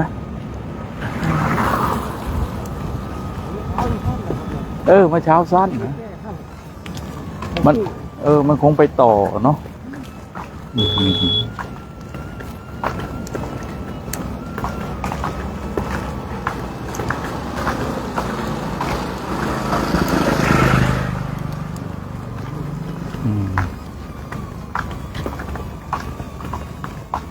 อ๋อมันยังไม่เสร็จสมบูรณ์มันทำโอ้โหมันทำอย่างนี้มันก็ไม่พังง่ายดิงบประมาณก็ไม่ค่อยมาเนาะบทแล้วบทอีกนะไม่ต้องเบิกเลยอะไรนะสูงมากเลย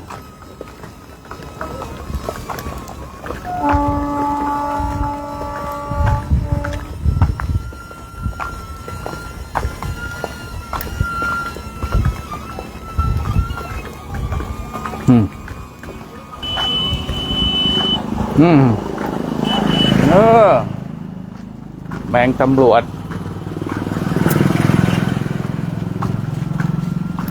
ทางมันสวยแล้วเนี่ยโชคคุยกับญาติโยมทางนี้มันเป็นสถานที่ที่ชาวอินเดียเข้ามาเมื่อวานเขามาถ่ายรูปครับพวกผมก็เลยชวนโยมเดิน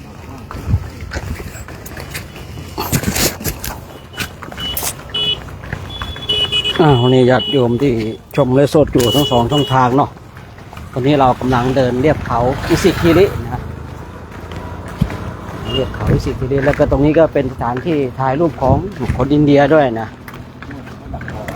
เราก็จะมาถ่ายรูปนั่งยงช่วงเย็นๆมันเป็นจุดที่เขาแบบยามเย็นก็มานั่งมาพูดมาคุยมาถ่ายรูปนะเพราะว่าเจอเขานะเขา สิคิรินี่ยาวตั้งแต่ตรงนี้ไปถึงนู้นเลยนะทางเข้าเมืองนู่นนะจริงๆก็ขึ้นเขาลัดไปได้นะตรงนี้อ่ะนะแต่จะไม่ผ่านประตูเมืองอ่ะนะก็จะเดิน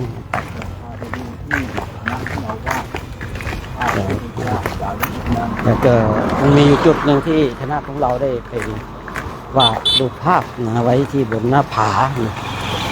ปี5 ปี 6นู่นนะตอนนี้เราก็กำลังเดินลงอันนี้จะเข้าสู่กรุงราชคฤห์กันละเราจุดทรงเราก็เดินกันเดินไป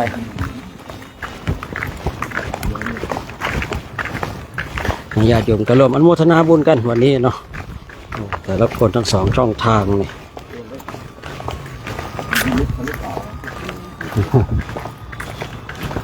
นี่ก็เห็นพระสุทรงท่านเดินลงเขากันญาติโยม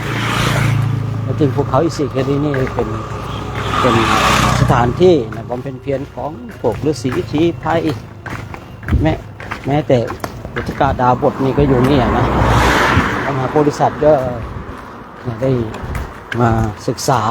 ในทางที่จะหลุดพ้นแต่ก็ไปไม่ถึงเนี่ยไปไม่ถึงคือเราต้องเข้าใจบางทีเขาเนี่ยนะฤาษีชีไพรนี่ก็ฝึกฝนมาอบรมกันก่อนหน้านั้นเนี่ยคนทั้งหลายก็อยากจะออกจากกองทุกข์เนี่ยทางหาเส้นทางแต่พระเจ้าบัตรขึ้นคนนี้เลยมีช่องทางในการออกจากกองทุกข์กันเดินถ้าเมื่อวานถ้าเราไม่เดินตามทางรถไฟเราก็ต้องเดินขึ้นในเส้นทางเนี้ยนะดีนะมีทางรถไฟนะก็เลยแบบตัดได้ประมาณ2 โล 3 โลนะถ้าเราไม่มีทางรถไฟเมื่อวานที่ญาติโยมชมและสดอยู่กับลุ้นกันนะรถไฟมาไม่ไม่มากระโดดเข้ากระโดดออกอยู่อย่างนั้นนะโดดเข้ากระโดดออกอยู่อย่างนั้นแหละพอสุดท้ายรถไฟมากับป้านะแรกๆพระก็งึกงักกันนะพอเข้าใจก็รถไฟมาลบบ่ายนะเพราะว่ารถไฟนี่วิ่งเร็วมากเลยนะที่นี่นะ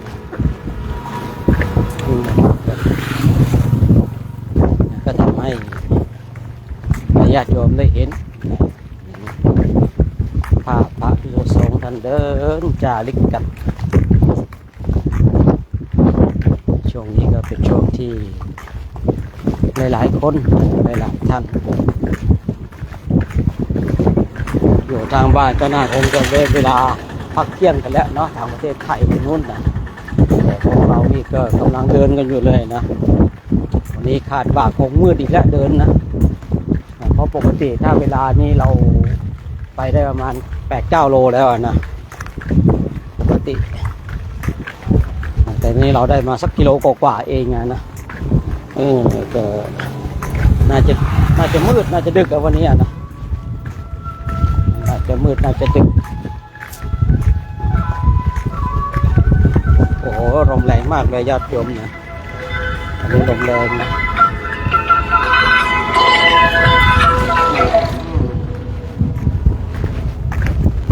ญาติโยมก็ร่วมอนุโมทนาบุญกุศลกันนะบุญกุศลกันเมื่อก่อนมันไม่มีคนเดินนะครับแต่ช่วงหลังไม่มีคนเดินนะ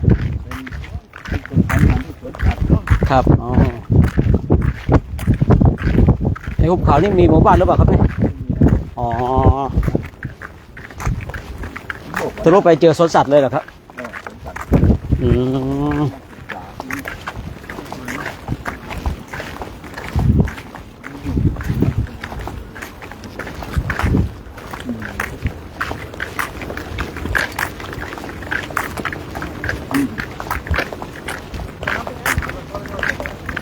ตอนนี้ก็มุ่งหน้าสู่กรุงราชคฤห์กันนะญาติโยมเนาะ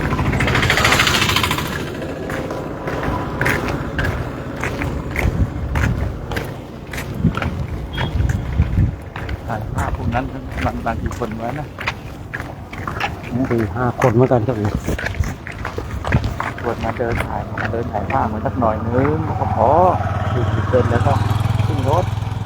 ไม่เป็นแล้วกำลังเพลินตอนนี้เดินลงครับมันเดินลงไม่อะไรเด้อเพลินเดินลงเพลินอยู่นะแต่ถ้าเดินขึ้นนี่สงสัยรถอยู่ไหนแล้ว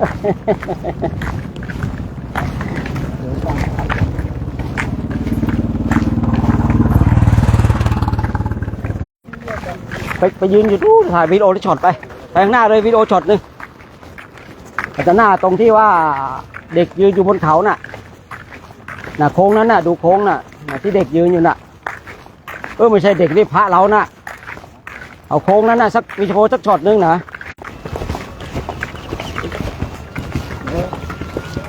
เดี๋ยวลุงถ่ายรถเข้าตัวข้างหลังเลยนะ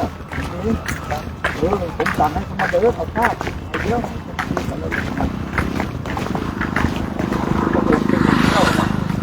มันจะไล่ขึ้นรถเนี่ยดีเลย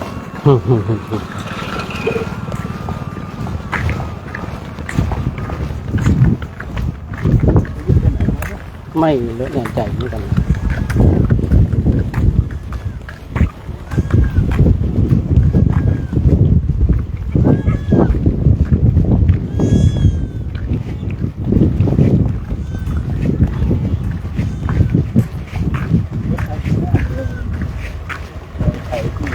คนแรกกันแล้วกันเนาะ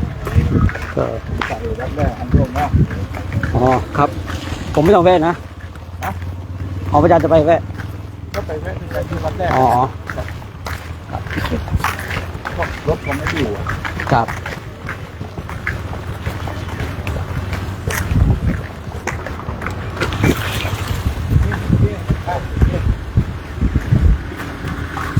นะเดี๋ยวเรียกพวกนั้นขึ้นรถเลยเนาะ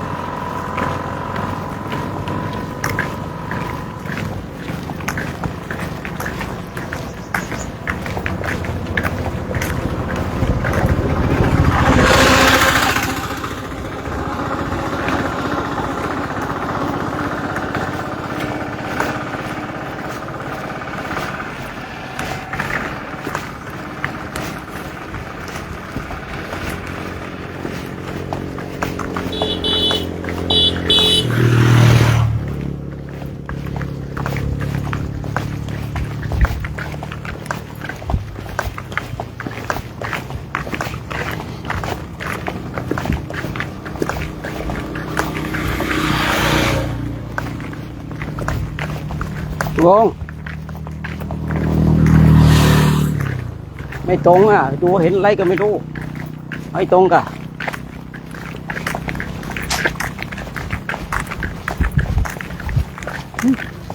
กลับมาแล้วไม่ไกลแล้วใกล้ในวัดนี่ถึงนี่เนี่ยกลับโกรธแล้ว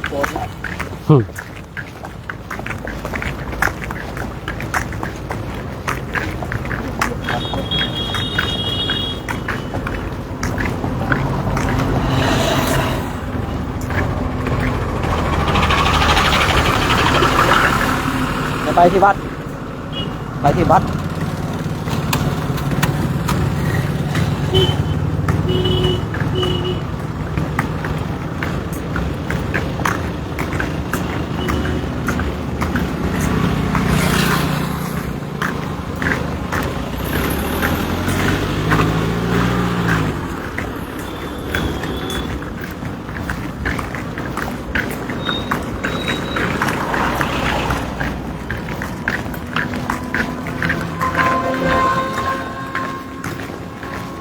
เดี๋ยวเราก็จะไปแวะที่วัดไทยเนาะเพราะว่า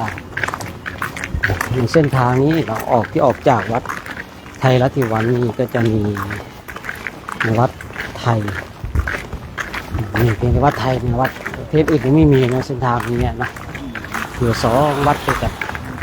เดี๋ยวเราก็คงจะได้แวะได้ข่าวว่าเขาจะนิมนต์พระเราเข้าไปพักกันครับไปแล้วเนาะเดี๋ยวเนาะครับไปงั้นไปจัดการเนาะว่ายังไงบ้างครับนั่นไงโทรเห็นธงอยู่ไม่ใช่เลยนะเดี๋ยวไปที่วัดนี่เด้อเห็นธงอยู่หน้า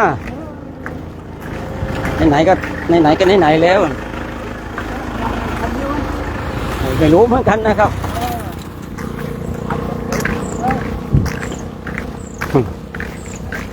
เพราะว่าในเส้นทางนี้มีวัดไทยมา2 วัดด้วยกันเนาะทุกมา2 วัดด้วยกันคณะของเราก็จะได้แวะที่วัดไทยเพื่อไปดูให้กำลังใจกันแล้วเขาก็นิมนต์พระเราไปพักด้วยนะพักดื่มน้ำชากาแฟพระเราก็คงจะเติมกำลังด้วยเนาะฉันเช้าว่าวันนี้ก็มีหลายด่านเส้นทางในการเดินของเราก็เกิดจากประมาณนี้แล้ววันนี้นะถ้าถึงไอ้ประตูเข้ากรุงราชคฤห์ได้ก็สบายนะพอจากตรงนั้นไปแล้วก็ไม่ไกลเท่าไหร่แล้วไม่ไกลเท่าไหร่แต่ระยะทางตั้งแต่วัดไทยรัติวันถึงประตูทางเข้านี้ก็10 กว่ากิโลนะ45 กิโลพอจากประตูตรงจุดนั้นเราก็จะไปวัดสมเด็จไทยราชคฤห์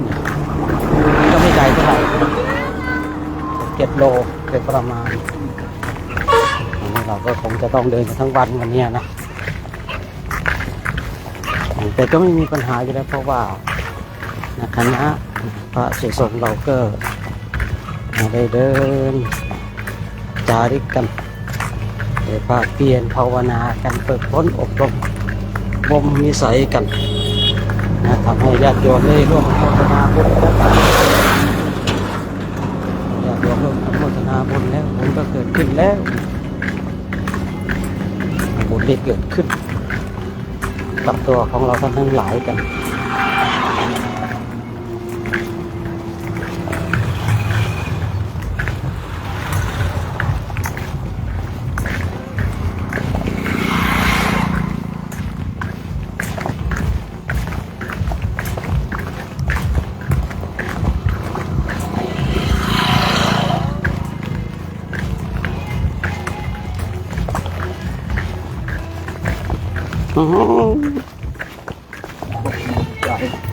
จ้า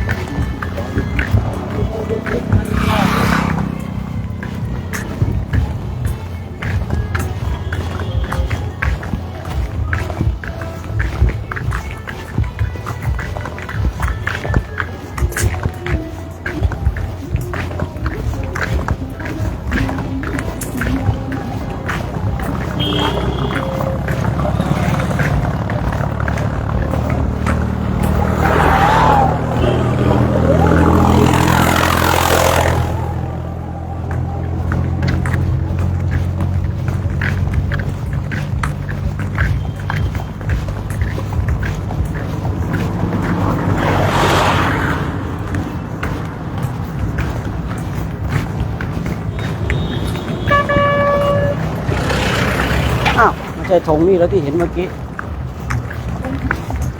ตรงไหนนี่อันนั้นว่าธงนี้เดินมานิดเดียวไม่ไกลก็เลยฮะ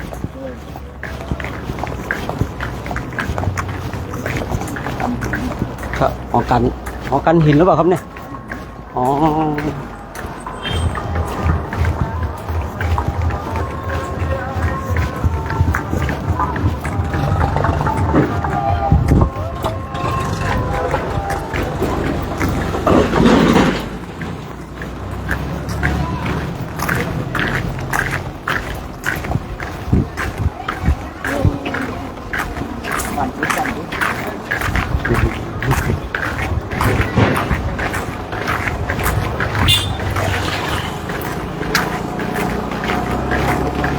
ครับ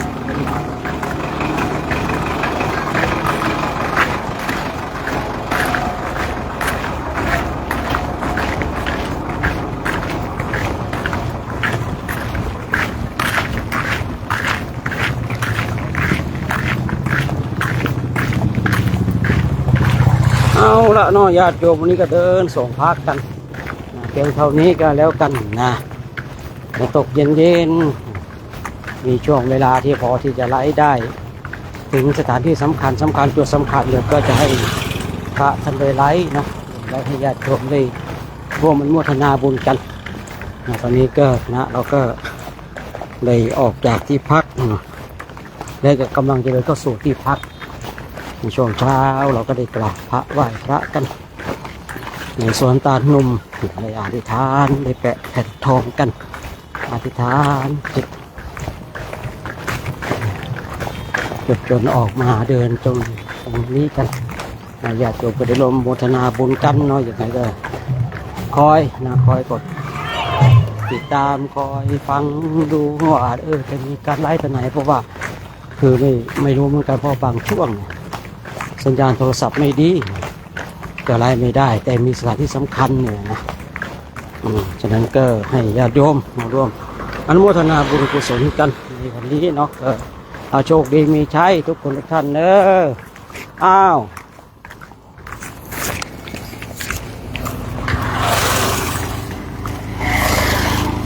ตักเดินเขาหินยาวไปนะอ้าว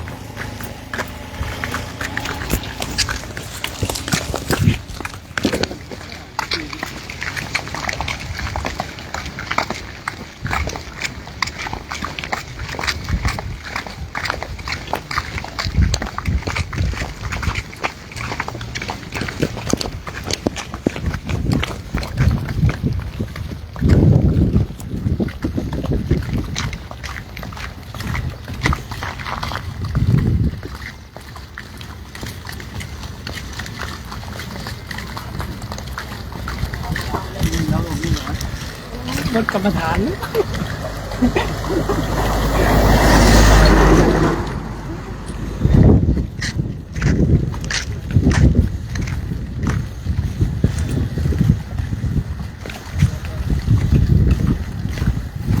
โว้ยลุน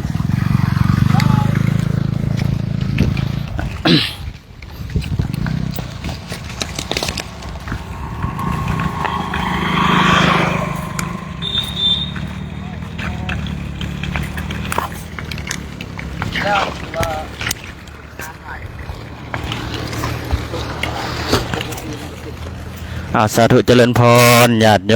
มอยู่ทางไทยในและต่างประเทศเนาะ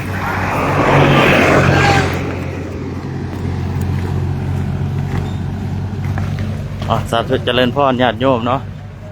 สุขสบายดีตอนสวยคือเก้าอันนี้ก็คือบรรยากาศเนาะครับในครูอาจารย์ได้เดินจาริกเนาะ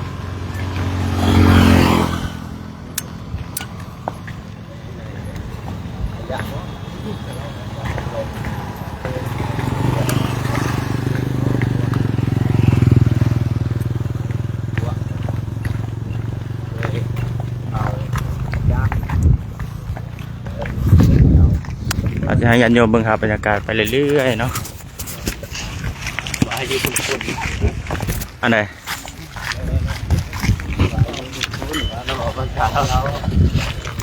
อาเย็นป่ะ สาธุหอนอยู่เด้อญาติโยมเด้อหอนหอนหลาย40องศาว่าซั่นเด้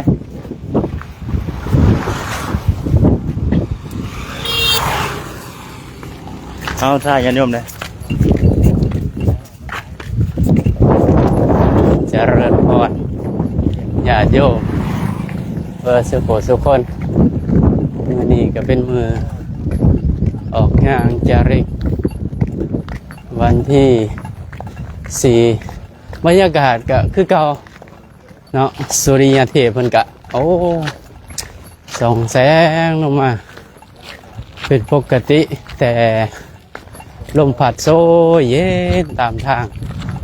ฮ้อนแต่ว่าลมพัดอยู่ตลอดเวลาแต่บรรยากาศตามขางทางก็โอ้เขียวสดงดงามเป็นไปตามธรรมศาสตร์ผู้พาฝารงยางเพิ่นดีเฮ็ดให้เพิ่นกับการยางการเดินพอความเมื่อยล้ากะจะลดน้อยลงจะมีความสุขหลายกว่าเพราะว่าเฮาจะได้นึกระลึกถึงองค์สมมาสัมพุทธเจ้าที่เพิ่นเคยย่างผ่านไปทางนี้แหละเฮาก็ย่างตามรอยของเพิ่นไปเป็นที่4บรรยากาศก็โอ้ฟดฟื้นเพราะว่าเป็นช่วงที่ชาวอินเดียเขากำลังไหว้อ้อนวอนพระเทพเจ้าของเขานะของศาสนาเขาก็จะมีเสียงเพลงเปิดเบิดขึ้นสอดแจ้งก็ต้องทำใจเนาะผู้ใดนอนแบบพักผ่อนบ่เพียงพอจริงๆนะก็ต้องทำใจเพราะว่าอยู่ทางที่เขาจะเปิดเสียงเพลงเสียงสวดอ้อนวอนเทพเจ้าของทางศาสนาพี่น้องทางอินเดียสวดเบิดขึ้นจนสอดแจ้งเปิดนี่แหละเราก็จะได้มีเพลงกล่อมไปนำตื่นเช้ามากก็จะได้เห็นบรรยากาศโอ้ทิวทัศน์สวยสดงดงามการย่างจริตแต่อาหารการกินก็โอ้ค่อนข้างจะดีปานีตตอนเช้าหัวพักตอนแรกต้มพักก็อย่างนั้นมืออื่นต้มพักมือฮื้อไปหัวพักมือไม่ไปอีกแกงพักอย่างนี้นะเพี้ยนไปแต่ละมือเพราะว่าพี่น้องทางอินเดียเพิ่นบ่สันเนื้อโอกาสที่จะได้สันเนื้อก็ต่อเมื่อมีโอกาสพิเศษก็จังพากันกินเนื้อเฮามาก็ถือโอกาสเลยเนาะในการบำเพ็ญก็เป็นการดีเนาะเฮาก็จะได้บำเพ็ญในข้อที่ว่าเฮาบ่ต้องขาสัตว์เพราะว่าอยู่ทางอินเดียนี่คันเฮาจะกินเนื้อนี่เฮาต้องไปสีเอาเด้แบบเขาหัดตั้งห้านขายเฮาไปสีปุ๊บแล้วเขาจะขาให้นะเพราะฉะนั้นการที่มาประเทศอินเดียเดินจาริกบ่ได้ชั้นเนี่ยก็เป็นการดีอย่างหนึ่งเฮ็ดให้เฮาได้สัมผัสผู้มีประเทศสัมผัสหีดของประเพณีของเขานะเฮ็ดให้เฮาได้ผู้ได้เห็นวัฒนธรรมที่มันแตกต่างจากบ้านเฮาได้เห็นหลายๆสิ่งหลายๆอย่างคือจังเด็กไปอยู่วัดได้เพราะเขาไปในตัวเมืองน้อยๆสินะพี่น้องชาวอินเดียก็สิมาหุ่มขอเงินกุรุจีมันนี้ก็สิว่าจังซั่นนะหุ่มขอเงินนะบางคนก็โอ้ยตาอันนี้โดนชาติแต่บางคนก็เขาก็เป็นอยู่จังซั่นแต่ว่าเขาก็มีความสุขของเขาก็ได้สัมผัสวิถีชีวิตของคนอินเดียไปนำแล้วก็ได้สัมผัสธรรมชาติบรรยากาศ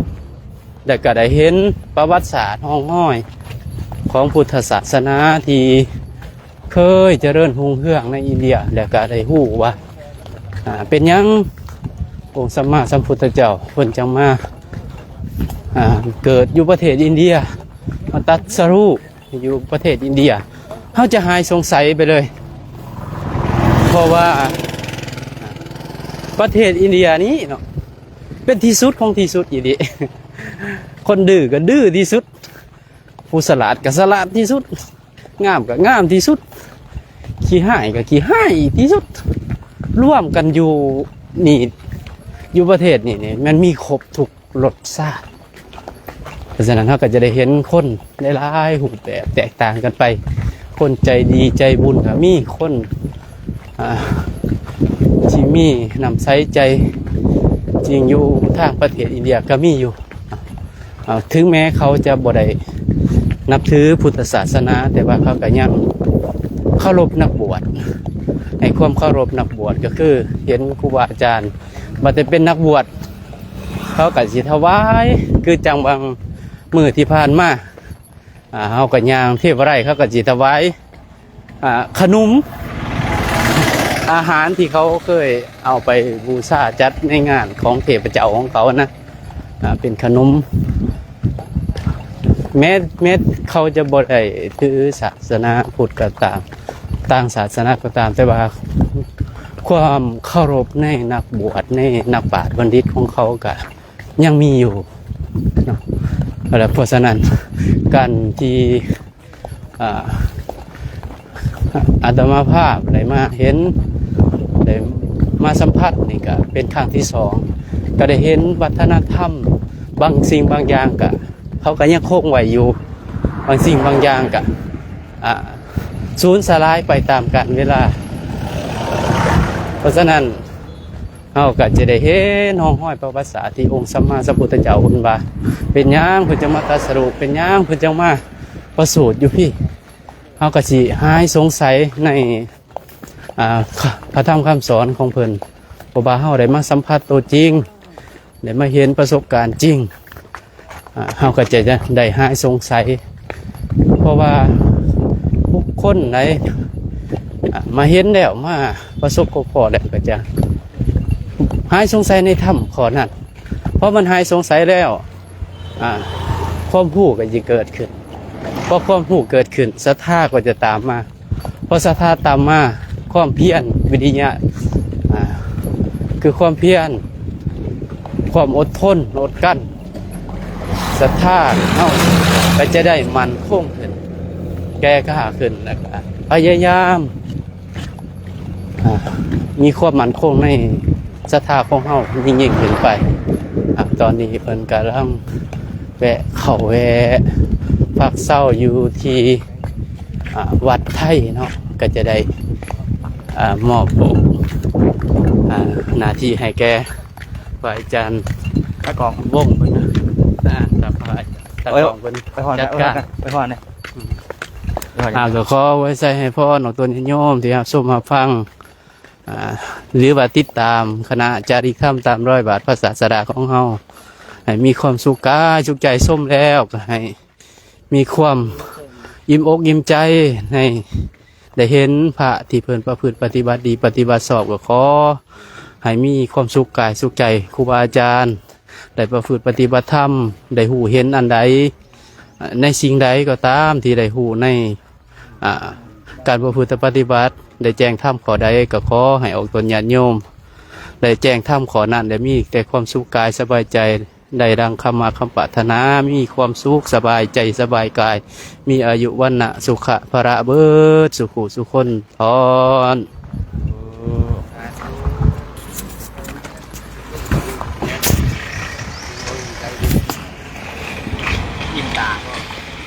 สาธุเจริญพรเนาะตอนนี้บางคณะก็จะได้พักอยู่เป็นวัดไทยเนาะมหอเทินก็ถวายน้ำปนะให้ท่านพ่อแม่ครูบาอาจารย์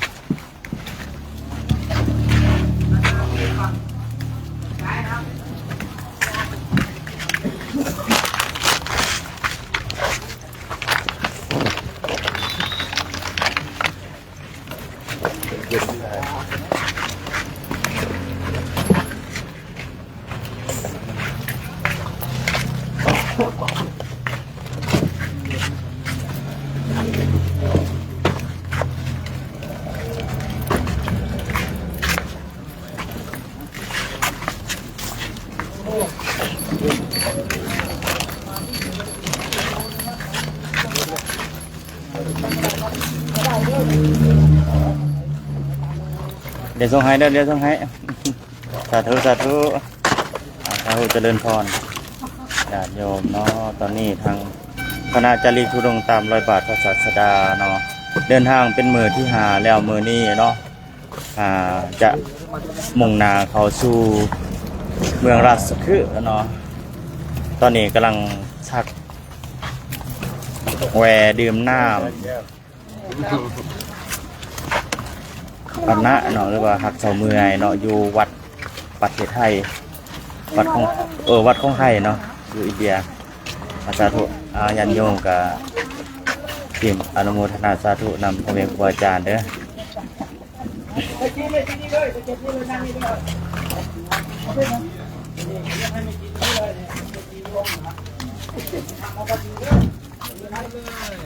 สมบัติเยี่ยมเลยสมบัติกำลังคักเลยเนี่ย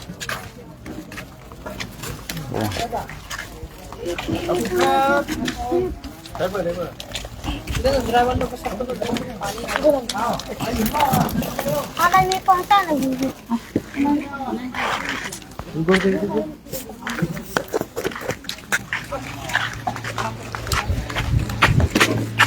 เอาสเปรย์นะสเปรย์ เอาเลย วันนี้นี่ตัวนี้ เอาออกไหม ไม่ออก ใส่นี่ ใส่นี่โอเค thank you ขอบใจเด้อห้องน้ำอยู่นี่ครับผมอนุโมทนาสาธุสาธุเจริญพรตอนนี้ทางคณะจาริกธุดงค์ตามรอยบาทพระศาสดาตอนนี้ก็ได้กำลังพักผ่อนเจ้าเมื่อยเนาะดื่มน้ำดื่มใน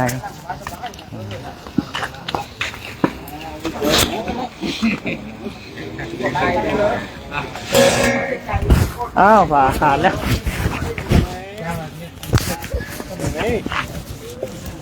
นี่ไปแล้วนี่เสียดายจังคือรถยังน่ะเอาจักรยานไปจ้ะไปทำอะไรครับล่ะนี่เมื่อกี้ไม่เป็นไรจ้ะหยิบเอาสาธุเจริญย่างมาเมื่อกี้นี่พาขาดได้ยันโยมพาขาดแล้วเกาะตังเมื่อกี้พาคุ้มขาดแล้ว